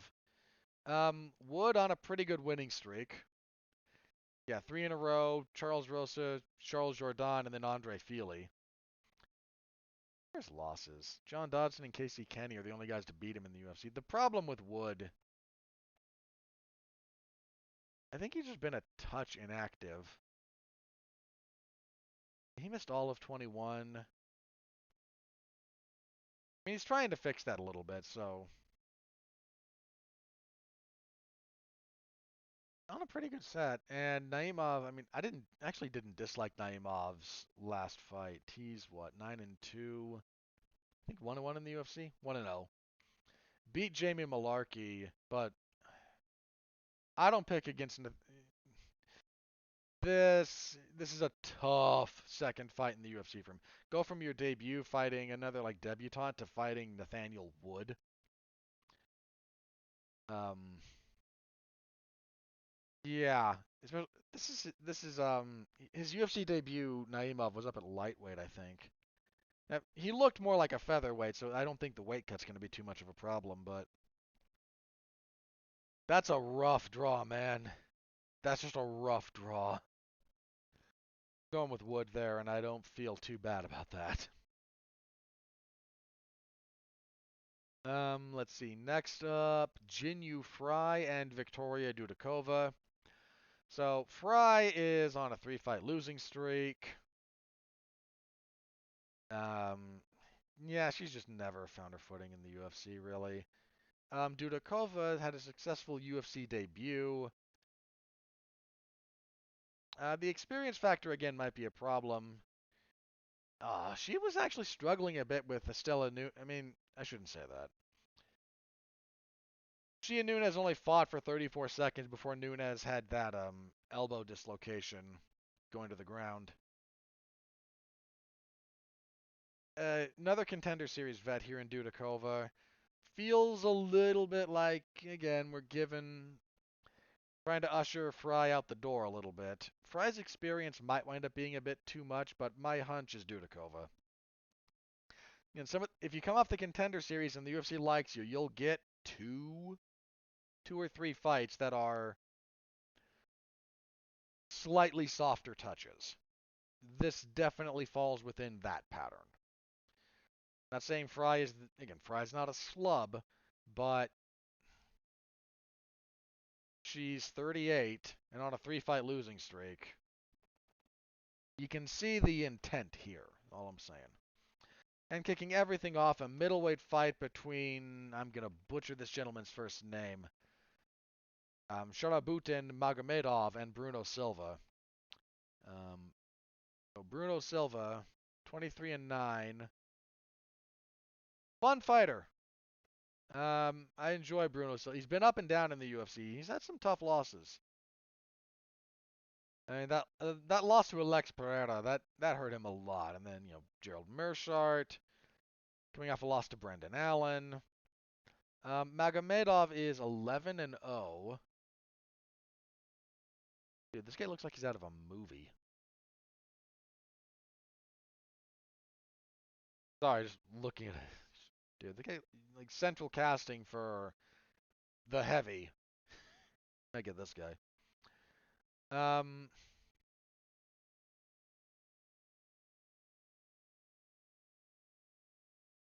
has a fair amount of modified rules fights. I don't know what's up with that. Might have been the promotion he was fighting for. Um, I don't know enough to know about what they'd modified out of the rules, but undefeated. 11-0. Bruno Silva's a tough draw for a UFC debut. A real tough draw. The odds are actually leaning towards Magomedov. I can understand why, and there's some miles on Silva, and he can kind of be bullied on occasion. I'm gonna fall. I'm gonna. I hate going with. I hate saying what the odds are after I say my pick, because before I say my pick, because sometimes it seems like I'm just following the odds. Man, if these two were in Brazil, I would pick Magomedov in a heartbeat, because it amuses me to pick Russians to beat Brazilians in Brazil, especially if it's called for. I don't think it's uncalled for. Do I want to reverse that? I mean, we're not in Russia, but the reverse, the Uno reverse card here. Am I gonna pick a Brazilian to beat a Russian, especially Muslim Russian in Abu Dhabi? I don't think wouldn't be uncalled for. Would not be uncalled for. Yeah, all right, screw it. Let's go with Bruno. Let's go with Bruno Silva. Slightly, maybe a little bit silly pick on my part, but I'm okay with that. If I'm very wrong, I'm very wrong. I can live with it. And that's it. That's UFC 294 as it currently stands. We have an earlier start time for this one, please remember. This will start at. Let me double check. I think the prelims. So main card is 2 p.m. Eastern. It's noon my time. Prelims are going to start at 8. I don't like getting up that early. Oh, and I'll do it because my job. I just don't like doing it. I don't like getting up that early. So don't forget early start time. That'll be 10 a.m. Eastern.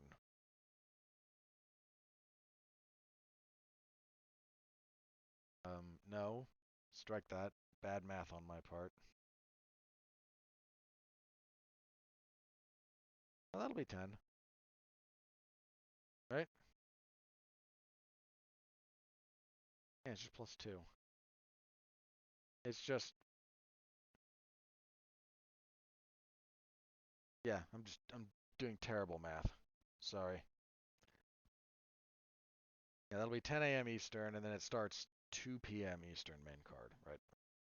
Math. Got it. Time zone math. I hate it. So I will be there covering this one for you. Alexander really ranked? Hang on. I have to confirm this very quickly. No, he is not. Okay. Whoever. He wound up. I get what happened here. He wound up moving over in the display to the spot Nasruddin Imavov had occupied. Imavov's ranked number 11 in the division. Aliskerov is not. Okay. Just had to double check that. That's an error on the way this is displayed in the UFC's official page because, you know. All right. Anyway, yeah. I'll cover that Saturday, so stop by, say hello. I always appreciate it. All right. Let's move on. I'm going to do this quickly, so let's talk for just a minute or two about Misfit Boxing, which happened Saturday. Your main event for that was Tommy Fury beating KSI via decision, unanimous decision, initially announced erroneously as majority. Look, yeah, Tommy Fury won that fight fair and square. There was some stuff going on there. Like Fury had a point deducted for hitting the back of the head. My issue is not that there was a point deducted from him for doing that. My issue is KSI was doing that and the referee said nothing. Commentary for this was unbearable. Utterly unbearable. Fury won this fight. Dude, the live odds on this, if you can get live odd betting on this one, going into the last round, Fury was like a -5, somewhere between -5 and -700. Asking to get taken. Asking to get taken. You're listening to the commentary and it's bull. Utterly bull. Fury won this fight easily. After the fight, Fury said, I'm done with this, influencer crap. Go fight a real boxer. Get your head taken off. You probably shouldn't have beaten Jake Paul. But, all right, go. You want to go back to real boxing? I don't blame you. Go ahead. You're not a good boxer. KSI is just worse. The fight that had heat on it was the co-main event when Logan Paul beat Dillon Danis via disqualification, I think was the official ruling, in like the waning minutes of the last round. Look, if you were going to bet on this fight, betting the DQ was always the right way to go. Danis was never going to do any good on the feet. And then when he tried to do jiu-jitsu stuff, he was going to get disqualified. That's what happened. That's always how this was going to go. Um, so, main event fight, KSI and Fury sucked. Absolutely sucked. This fight was a farce. Logan Paul is more of a clown and a performer than a fighter, and I'm not even knocking him for it. He's actually a pretty darn good professional wrestler. And Dillon Danis is a parasite. He is a blood-sucking parasite attached at a pressure point on the combat sports world. And he utterly embarrassed himself. Utterly. In every capacity. I don't just mean boxing, where we always knew he was a heavy bag. That's all he was. He's a glorified heavy bag. He tried to take down Logan Paul and couldn't. Embarrassing. The only word for it. Embarrassing. After watching this, I'm not. If these two had an MMA fight, I might actually favor Logan Paul. Which is insanity, but I might. And then we got a whole brawl after the fact. Again, this was an embarrassment. It was a farce. And I feel bad for anyone that paid to watch it. Let me caveat that. If you got enjoyment out of this equivalent to the amount of money you paid for it, Godspeed, party on. That doesn't speak well of your taste, but my taste has been questionable at times too. That's all I can. I'm not. I cannot sit up here with an air of superiority. I can state the fact. Doesn't speak well of your taste. Um, After the fight, Logan Paul said he wanted a U.S. title shot against Rey Mysterio, who is the U.S. champion in WWE. Ray on Twitter like, dude, I'm not hard to find. I'm on SmackDown every week. You weren't there this last week, Ray, just for the record, but the point generally stands. I've got nothing against Ray. Ray's awesome. You know, Ray and Logan Paul, crown jewels coming up, man. Some of those Saudi, like one of those Saudi princes' sons or whatnot likes Logan Paul, so he'll be there in some capacity. Um, Again, this was a farce. Danis cannot go away fast enough. Logan Paul should not be in a professional fighting capacity ever again. Stick to pro wrestling, man. You're good at it. I don't. That's not an insult. My personal relationship with professional wrestling as a genre of entertainment waxes and wanes. I'm paid to cover it at the moment, so I cover it, and I try to be knowledgeable about it. Logan Paul is good at that. He ain't very good at this. I take Jake Paul somewhat seriously as a boxer because Jake Paul takes boxing seriously. Which is crazy to say, and I don't necessarily say that doesn't mean you have to think better of him, but look, does Jake Paul take boxing seriously? Yes. Yes, he does. And there's, at this point, a giant amount of evidence to support that statement. Will he ever, look, is he ever going to be like a world class boxer? No. He got into the game too late. That's, but again, does he take it seriously? Yeah. And if you take the skill seriously, you will see improvements in the skill, assuming you have good training. There are some caveats to that statement, and it's actually important that I address that. If you start at 0 and go 6 months later, you actually will see at any given skill, you'll see a pretty good chunk of improvement because you'll learn how to do it. The difference between like the 8 to 10 month mark, like where you'll find out if you have aptitude, is more if you go like a year-ish into it. What do you look like 6 months from that? Because after a year, you've got all the and this is any skill. This is any skill. Writing, drawing, painting, any martial art. That year to 18-month gap, give or take. That's kind of where you're going to find out. Maybe it's even different than that, but you know what I mean. Like there is a point at which, well, the notion that anyone can improve in 6 months dramatically falls off a cliff. And what that point is depends on the skill in question and not even your like of it, but your aptitude for it, because that's a part of this. So I need to walk back that statement just a little bit, but as a general rule, like how far is Jake Paul gonna go? I don't know, but my hunch is not terribly far in the ladder of legitimate boxing. But he takes the sport seriously, and I can't deny that because I'm not going to deny reality. So anyway, sorry to get back on that tangent. That's the only stuff I'm going to talk about from that because it took up a lot of oxygen and it's loosely MMA adjacent because Danis is loosely adjacent to MMA.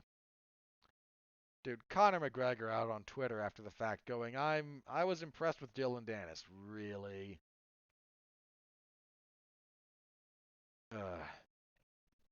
I got to say this publicly as well. So two things about Dillon Danis, especially about his jiu-jitsu.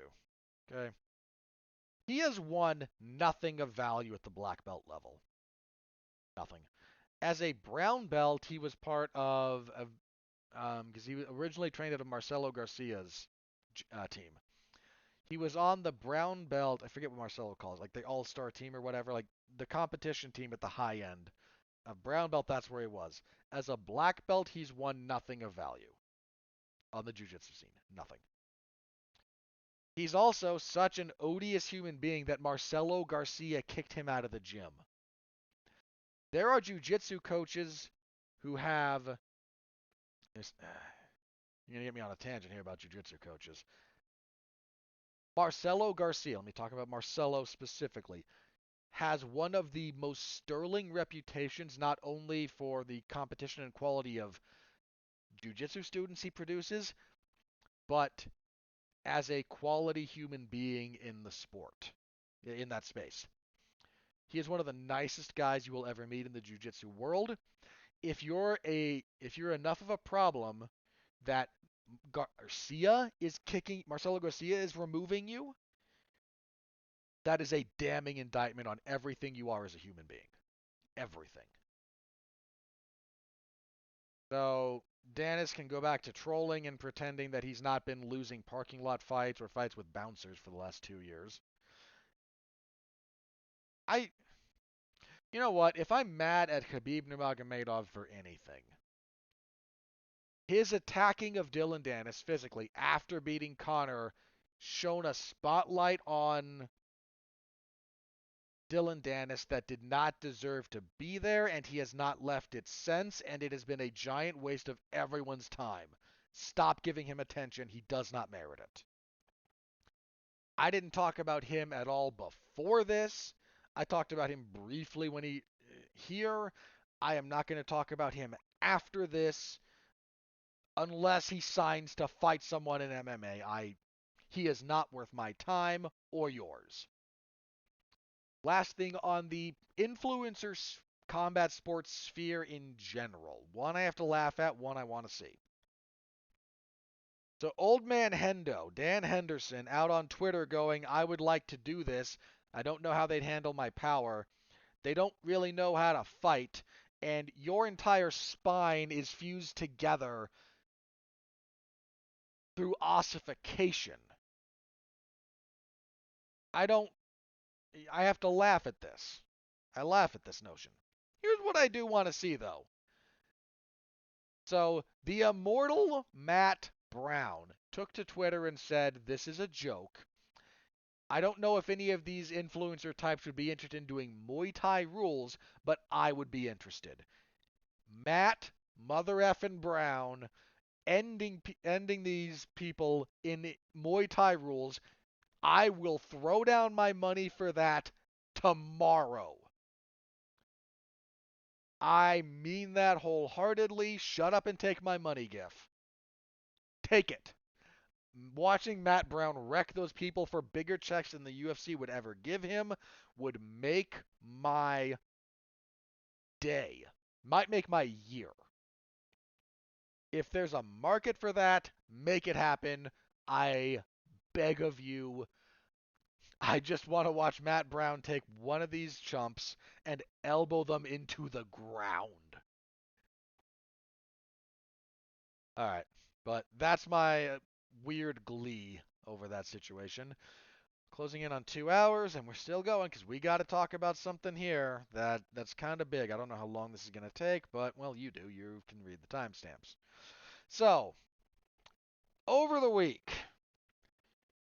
Conor McGregor announced he had put his paperwork back in to be part of the USADA testing pool once again. I might have mentioned that briefly last week. We didn't have confirmation. He'd only said it. Well, we got confirmation during the week. A USADA press release said, "We can confirm Conor McGregor has re-entered the testing pool. However, we cannot confirm whether or not the UFC will maintain the 6-month testing period that he has to be there. 6 months with 2 clean tests is the standard. Because January 1st, 2024, the UFC and USADA will no longer be working together." And okay, do a little history here. These two entities have been in business together for 8 years. I'm going to get to the rest of USADA's statement in a minute here. I'm paraphrasing. I'm not going to quote. 8 years these two groups have been in business. I remember when the UFC signed USADA, I was positive on the move. And you know what? I have had to have my come to Jesus moments about this. I was wrong. I've said this before. I was wrong about that. Seeing how USADA operates, and moreover, seeing the sporting world at large and coming more to grips with how things operate, I could not, in good conscience, support USADA's time with the UFC after a certain point. I knew too much, and I couldn't do it anymore. Plenty of other people, not actually, you know what? I can't say plenty. There were other people ahead of the curve on this one who said, "I don't like this." I think chief among them would be Luke Thomas, currently of Morning Combat. At the time this deal was announced, I think it was still with MMA Fighting. He might have been. Was he still on the MMA beat at that point? I don't know. Whatever. I want to give him credit on this. He was ahead of the curve. So, yeah, this relationship is ending. It's been illuminating, personally, to, again, look at them, how they do business. I had to confront some of my stances on anti-doping. I had to take a good hard look at them. Not the easiest thing in the world to do, but I had to, and had to come to some hard conclusions. Not easy to admit you're wrong, and I had to on this one. That said, USADA went on to say that part of what caused a lot of this friction was the UFC's handling of Conor McGregor and their intimations about him, and the UFC's public stance about USADA. Let me play devil's advocate for just a minute here about USADA. If you are that organization,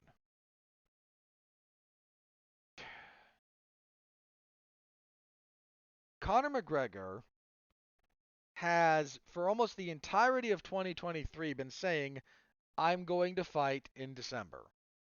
Well, certainly after he signed to do the Ultimate Fighter with Michael Chandler. That's the line. Gonna fight in December. Or I think the original scheduling was like, maybe September. August, September. That'll be relatively close to when the series is done airing, and we'll have the finale, and then, we can get a relatively close pay-per-view. Not immediately thereafter, but relatively close. And it just kind of kept being pointed out over and over and over again. He's not in the pool. He's not in the pool. He's not in the pool. So if you get into July and Conor is still saying, yeah, the plan is for me to fight Chandler in December, or me to fight in December. He occasionally would say Chandler or somebody else or whatever. If the most prominent figure in the sport, and Conor McGregor is still that, he is still the most popular figure, is saying, I'm going to fight in December in violation of these rules and guidelines, that's a problem. Now, it's easy for you and me to say Conor says umpteen gallons of crap on any given day. We disregard it. It's easy for us to disregard Conor McGregor. If you're a business entity, one who is staking a bit of their reputation on this, and the highest profile fighter under your purview is saying you don't matter, even if there's a good chunk of the population that knows Conor's full of crap, you can't really take that lying down. This gets compounded by Dana White coming out and saying Conor's fighting in December. I don't give forgive my profanity here. I'm going to try and quote. I believe the quote was, I don't give a shit what USADA says. Close quote. Dana's prone to, again, I don't like swearing on here. I've been trying to clean up my language in general. Dana's, it's also easy for us to say Dana's a professional liar. But if you're USADA and this is your client, which is kind of how that works, and the president of this organization you're theoretically working with to provide a service for is saying your service sucks and you don't matter, again, if you hang around the MMA bubble enough, you know Dana's full of crap. You know he lies constantly. If that guy came out and told me the sky was blue, I would need independent confirmation. I might have to go out and check right now just to make sure nothing had happened. That's his relationship with the truth and the fan base. At least those of us that pay attention. But if from a PR standpoint, if your biggest client, the biggest face in UFC is not a fighter, it is still Dana White, is saying, we don't care about the service you provide or the rules we've agreed to, we're going to do what we want to do, screw you, that's a problem. I'm not a fan of USADA. I am not taking their side in this as a general rule. I'm going to laugh at them in a minute. But let's take a minute here and acknowledge that this breakup got ugly in a hurry. It's one of the few times the UFC has had a bad business breakup. They don't have those very often. Occasionally Dana will say something uncharitable, but you rarely get they went scorched earth here. I'll get to the UFC in a second. And you don't see that very often. I don't know who fired the first shot here. Publicly, I know it was the UFC, with what Conor was saying and what Dana was saying. That's the first public shot. Stuff behind the scenes might have deteriorated before that to get things to this point, but if you want the smoking gun, in this case it's in the hands of the UFC and Conor McGregor. Whether you think shooting the USADA agreement in the head is a bad idea or a mercy killing, well, you might have guessed where I'm going to come down on that one. So,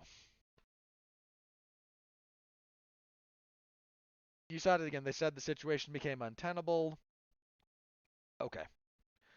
And again, do I understand some of their perspective on this? I actually do. I may not agree with USADA or their methods, but I can't pretend that this comes from nowhere from them.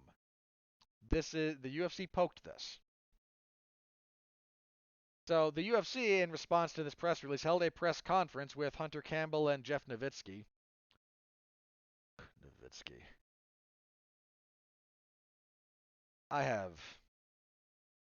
My opinion of Jeff Nowitzki is pretty low.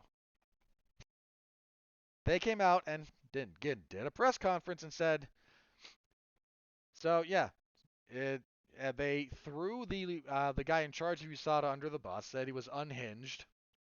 Things might have gotten heated. I don't know that he necessarily qualifies as unhinged, but I don't know the man, so maybe the recitation of events is accurate. Who knows? But they called him unhinged, said USADA has been they didn't say puritanical, heavy-handed and invasive, and all of us here are going, yeah, we knew this 6 years ago. I mean that. 2 years into this agreement and this deal, it became very apparent what was going on and how bad this was. 6 years. Now you're out here pretending that no, this became untenable. It became untenable when Nowitzki left and joined you guys. Dude, that guy is just Mark Ratner at this point. They're just replacing Ratner. You had one former, for those of you who don't know, Mark Ratner used to be on the Nevada State Athletic Commission. Once that helped get MMA legalized in the sport, and then retired and took a job with the UFC that he still has. They're just replacing, because Mark Ratner, he's an old guy. I don't know how many more years he has on the earth, and I don't wish ill on him. But if you have a quota of guys who used to be on the outside of the UFC doing us a solid regulatory wise or PR wise and then getting a fat job with us, Nowitzki fills that role. So they came out and said, yeah, this got untenable. They were not effective. Nowitzki came out and said, because they operate on the Olympic cycle, does USADA. So failures result in 2-year and then 4-year suspensions to throw off your eligibility for Olympic Games. I don't think, and he came out, I don't think that fits the professional model. It doesn't. We all knew this. Here you are anyway. That has been said for a long time. A long time. But anyway, I don't know about that. And they've infringed on the rights of fighters. You don't care. Jeff Nowitzki, you are public and have talked about rooting through the trash of Barry Bonds, rooting through his garbage, trying to find evidence of his steroid use. I accept that you might have had a change of heart about this, but your position on the humanitarian side of this is null and void as far as I'm concerned as a general rule. Uh, anyway, again, they kind of threw USADA under the bus, and they announced a little bit about what will happen going forward. So they're now going to partner with DFSI, Drug Free Sport International. This is, I don't want to call them the gold standard, I will call them the common standard. This is the organization that does the drug testing for the NFL, the NBA, MLB, blah, blah, blah, like all the major organizations. Kind of go through this. They didn't answer questions about what specifically. Here's the thing. The NFL's drug testing policy is, from a serious study standpoint, a joke. It's a joke, and I don't care. Nobody cares. Here's what should happen in an ideal world. You have a third-party testing group, something like, again, DFSI for the sake of argument. Then the stakeholders get together and say, here's our all these guys are going to do is test. They're going to collect samples, they're going to test. The actual policy is determined by, in the case of any major organization, the players' organization, so whatever union the players belong to or their collective group, and management, the team owners. You might be able to, can you argue? Well, because team owners, and then you have the NFL. So you would have the NFL ownership that might have a say in this. Then you would have the NFL organization. You could argue for the broadcast group as a stakeholder. Again, maybe, I'm not sure I would, but maybe. So, in an ideal world, what we now are going to have is the fighters should have some kind of collective voice here. The UFC coming together and going, okay, here's what we need.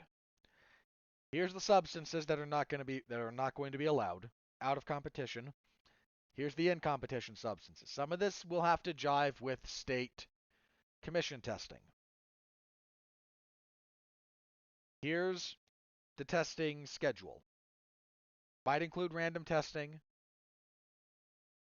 might not. And here's the penalties. This is how the others do it. This is how every other sporting organization in the world does it. The NBA, the NFL, whatever. They all get together and they say, okay, here's the substances that you can't take. Here's the drug testing schedule, which may or may not include random testing. Here's the penalties. And this is like the great revelation of modern sport, everybody. If the athletes and management agree on something, the audience does not care. They don't care at all. Look at the NBA schedule. You think those people aren't on stuff? Look what the physical demands on their bodies on a consistent basis. Look at Major League Baseball. Look at what the NFL players go through. Dude, when was the last time someone in hockey failed a drug test? You think those guys aren't on? Look what they're doing to themselves. If the players and the management agree on conditions, standards, punishment, nobody else cares. The audience will go along. If you have a moral objection to it, you won't watch. The vast majority of the audience does not care. This is demonstrated over and over and over and over and over again. There was a brief period of moral panic in baseball about this. Partially facilitated by one of the here's the other stakeholder. And I mean this. The other stakeholder is the audience. If your drug testing is so comically bad that the fans start to notice and start to have a problem with it, that's the other stakeholder, and that's the market force. So baseball had to react to that, and then Congress got involved for who knows what reason. Dude, that period of time when you had like Mark McGwire and Sammy Sosa and Barry Bonds and whatnot, that was one of some of the best times in baseball. And yeah, they were juiced to the gills. Who cares? The moral panic about that is just shocking to me. If you want to object to, and the bad science, oh, the bad science. EPO will give you, you get Jeff Nowitzki on the Joe Rogan Experience spouting that disproved, debunked bull about EPO usage leading to strokes and brain hemorrhages. Ugh. Not true. Again, it's debunked. Too much EPO is not good for you. I'm not here to pretend otherwise. I'm saying it doesn't do what they claim it did. And you had Gordon Ryan joking out here, like, hey, why don't you just, stop all drug testing and let the sport be great? People doing like, oh, you have so many fighters dropping dead in their 40s of heart attacks. Like all those pro wrestlers a while back. Guys, I hate to break this to you about all those pro wrestlers who died tragically young. And I don't mean that dismissively at all. Most of that was not just about steroids. Not saying the steroids helped. A lot of that was other medical conditions being exacerbated, and a lot of it was damage to, heart, lungs, liver, whatnot, by other drug addictions and alcoholism, not just steroids to make themselves get bigger, not just growth hormone. It was a lot of things. A lot of things. Was there a lot of steroid use in professional wrestling? Oh, yeah. But, dude, some of the most admitted biggest juicers in that game are still here or lived long, full lives. It's a lot more complicated than that. I don't think fighters are paid well enough to indulge in like the cocaine habits that a lot of high-paid professional wrestlers did during the 80s, or other pills that they were on, or whatever. So I'm just saying, let's not have the moral panic. Get the fighter if dude, even if you don't want to give fighters a collective bargaining in any other capacity, you really need it for your drug testing program. They need a voice here. USADA was foisted on them unilaterally, and then you wound up with stories about, fighters being woken up at 3 in the morning. Dude, they did that to Volkanovski, like before a fight, when he was cutting weight. Like, hey, 3 a.m., drug test. Like, piss off with that.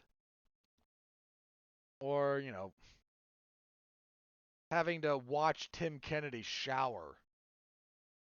Because you can't take some of those samples right after a gym session because there's a lot of chemicals there's a lot of natural biochemistry that goes on when you work out. And you need that to settle, otherwise it can give you weird readings. Yeah, Tim Kennedy told that story, like, yeah, the guy from USADA there, I said, I just got back from the gym, we're going to have to wait, I'm going to go shower. I said, well, fine, then I have to watch you.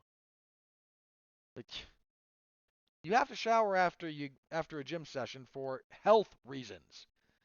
What keeps ringworm and staph from becoming a problem is physical cleanliness. And fine, you get to watch Tim Kennedy shower because, oh, Lord forbid.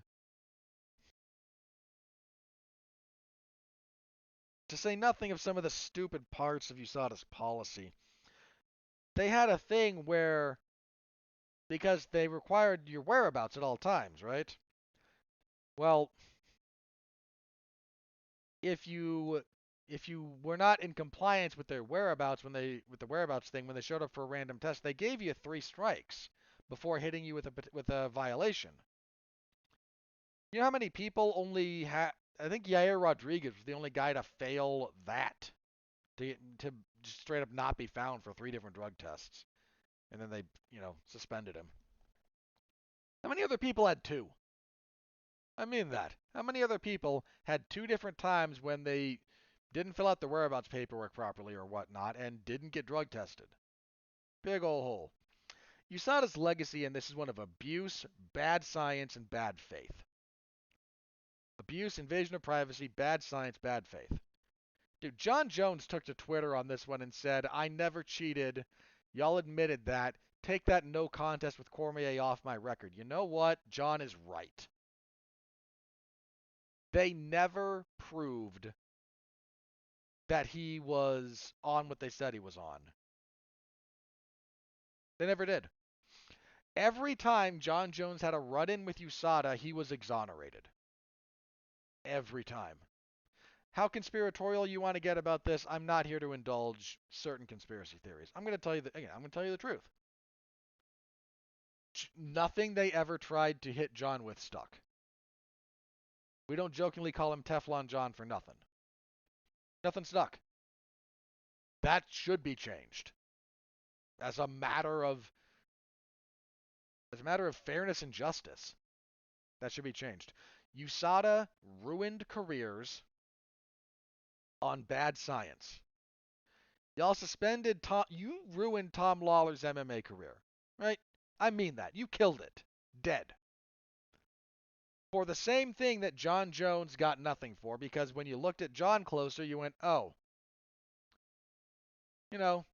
weirdness. And we don't think this qualifies. You never said one word of apology, lifted a suspension, nothing to Tom Lawler. You made that poor man go into professional wrestling. He's actually pretty good at it. But that's what you did. You screwed over Josh Barnett. You screwed so many people you screwed over on bad science that you now publicly disavow.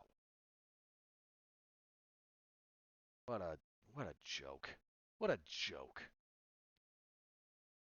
You know what? I am not, dude, I have to give Conor his props on this. If he was a main friction point that got the UFC and the fighters in particular out of this, that's more important than anything he did in the cage, and I mean that. I mean that. I am super critical of Conor because he deserves it. Deserves your props here, man.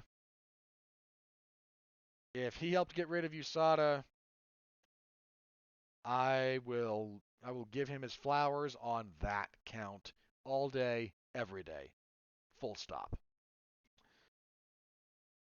Uh, I think one of the last things about this that I want to mention is one of the other things that the UFC cited as why they wanted to get out of this relationship.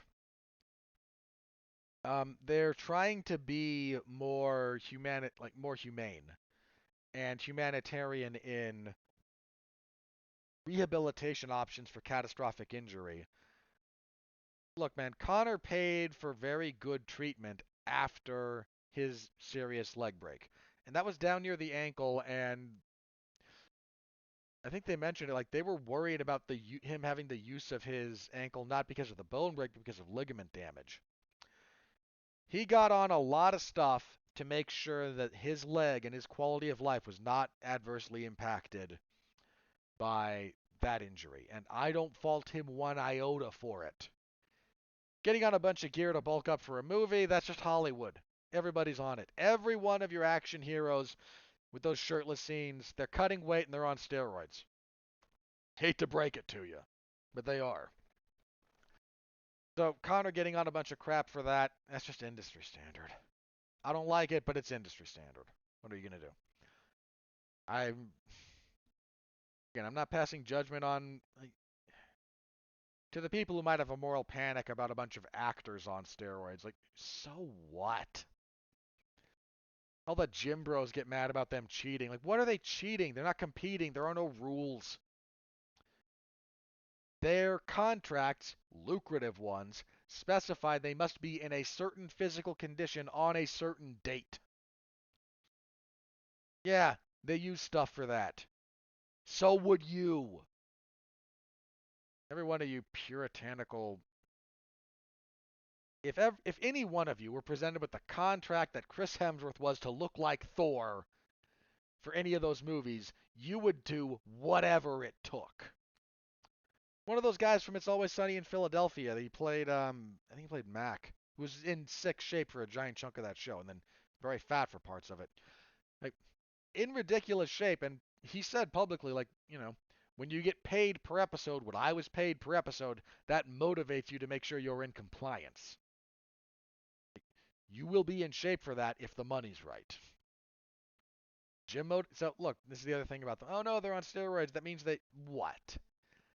You don't get to stick a needle in you, inject chemicals, and then sit on the couch and eat potato chips and look like Chris Hemsworth or Chris Pine or on his name or Henry Cavill. You work to look like that. And because of your time frame, you might work with assistance, with chemical assistance. I don't care. Neither should you, for the record, if you are out there and you do. So Conor went above and beyond.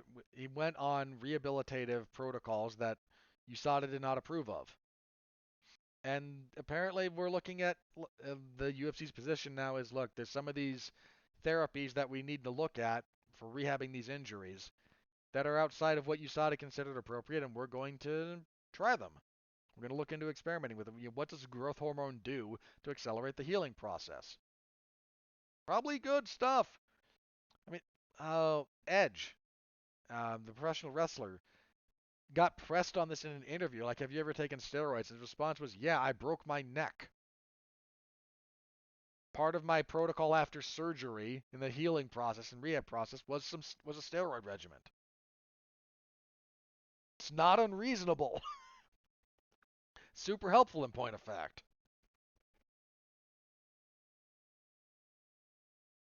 So, yeah, oh, the last thing I have to laugh at the UFC about this. So they announced the guy who's going to be overseeing this is I think it's George Pirro, guy who used to work for the FBI and was like head of the task force that like had interrogated Saddam Hussein and helped track him down. And somebody was asked like, okay, but what's the relationship here? Is there a potential conflict of interest?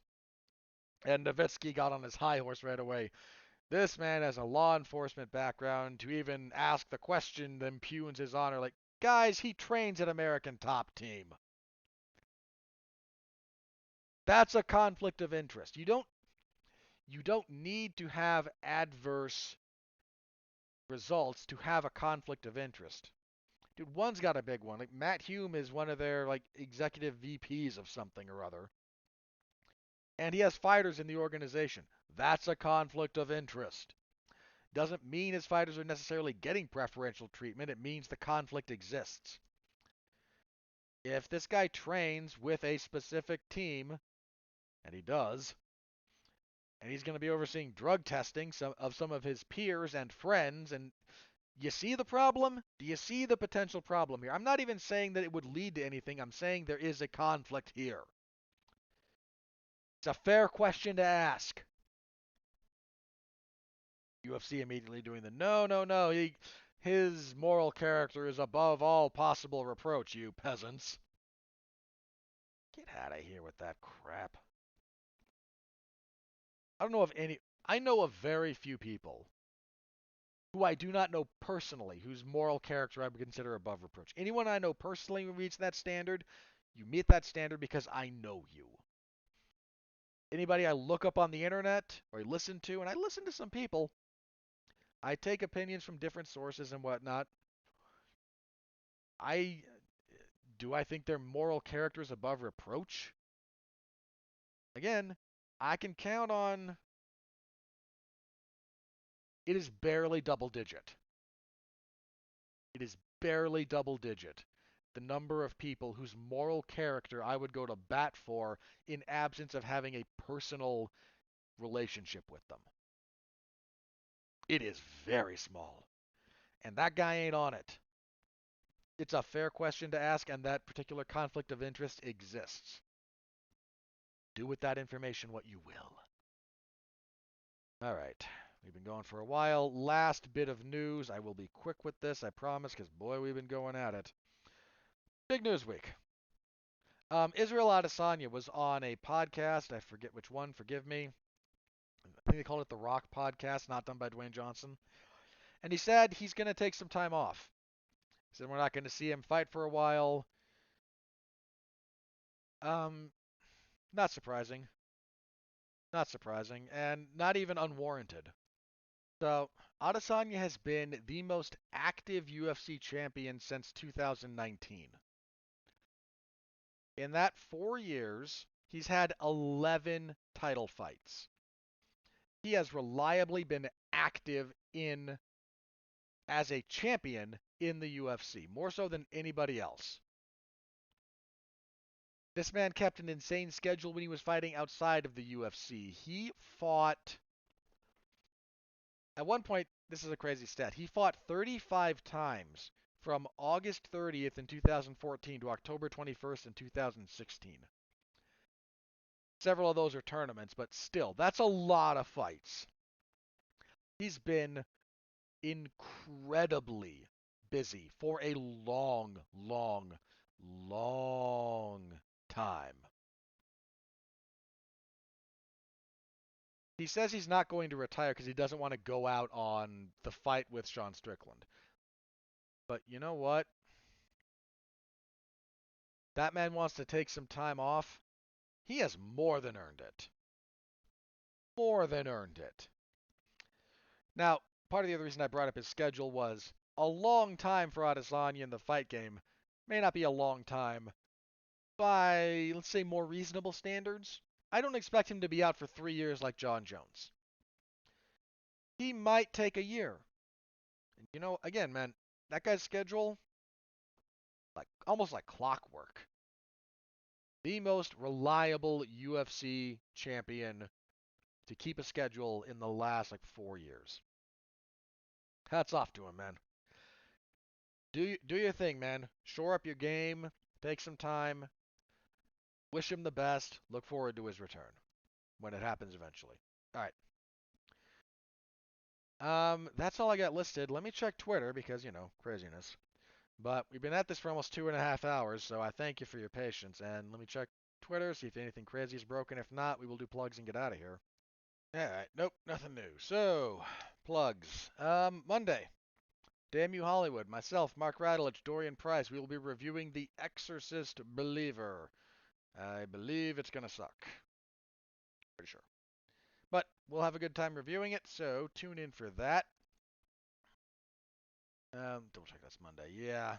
Gotta go see that tomorrow. Technically today as I'm recording this. early. Technically, it is technically Monday at this point, so, I'm doing it late. What do you want from me? I have a life. I have things to do. Shut up. Sometimes I get to it later in the day. Don't know what you want from me.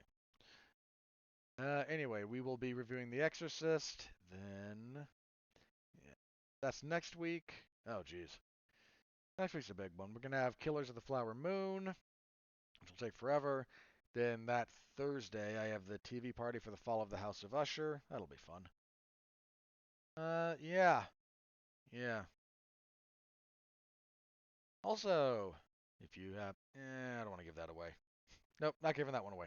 Sorry. Maybe later. Maybe later. All right. My usual spate of professional wrestling coverage. There was no MLW this week. They didn't send out a screener. Assume there was nothing that aired. Um, or my editor forgot to give it to me, in which case, I'll blame him. But my hunch is that was something just didn't come out. They might have taken a week off. It happens. Or they're ready to move back from Fusion to Underground, which airs on, I think, Reels. Might be that time of year again. I don't know. I don't know. Either way, if they send something out, I will review it. That'll be Thursday. WWE SmackDown on Friday. They are building towards Crown Jewel over there, and then UFC 294 early Saturday morning here for me. That's it. Thank you very, very much. Been a bit of a long one, folks, but look, man, I gotta watch Killers of the Flower Moon next week. I'm pretty sure there's a time dilation effect with that movie, so I appreciate your time and patience. But uh, thank you, thank you, thank you. Stay safe out there. Hope to see you next week when we review UFC 294 and we talk about nothing. We will have a week off the 28th. You know what I might do? Okay, so 28th. Spoiler for next week. There's no UFC event. Mark Radulich and I will be covering Tyson Fury and Francis Ngannou's boxing affair. So I might talk a little bit about that as far as a preview goes next week, just to fill some time, depending on how much stuff we have coming out of 294. That's a little bit iffy, and we'll see how that plays out. But so next week, bare minimum review of UFC 294. Should be a good one. All right. Thank you very, very much. Stay safe out there and continue to be well, be safe, and behave.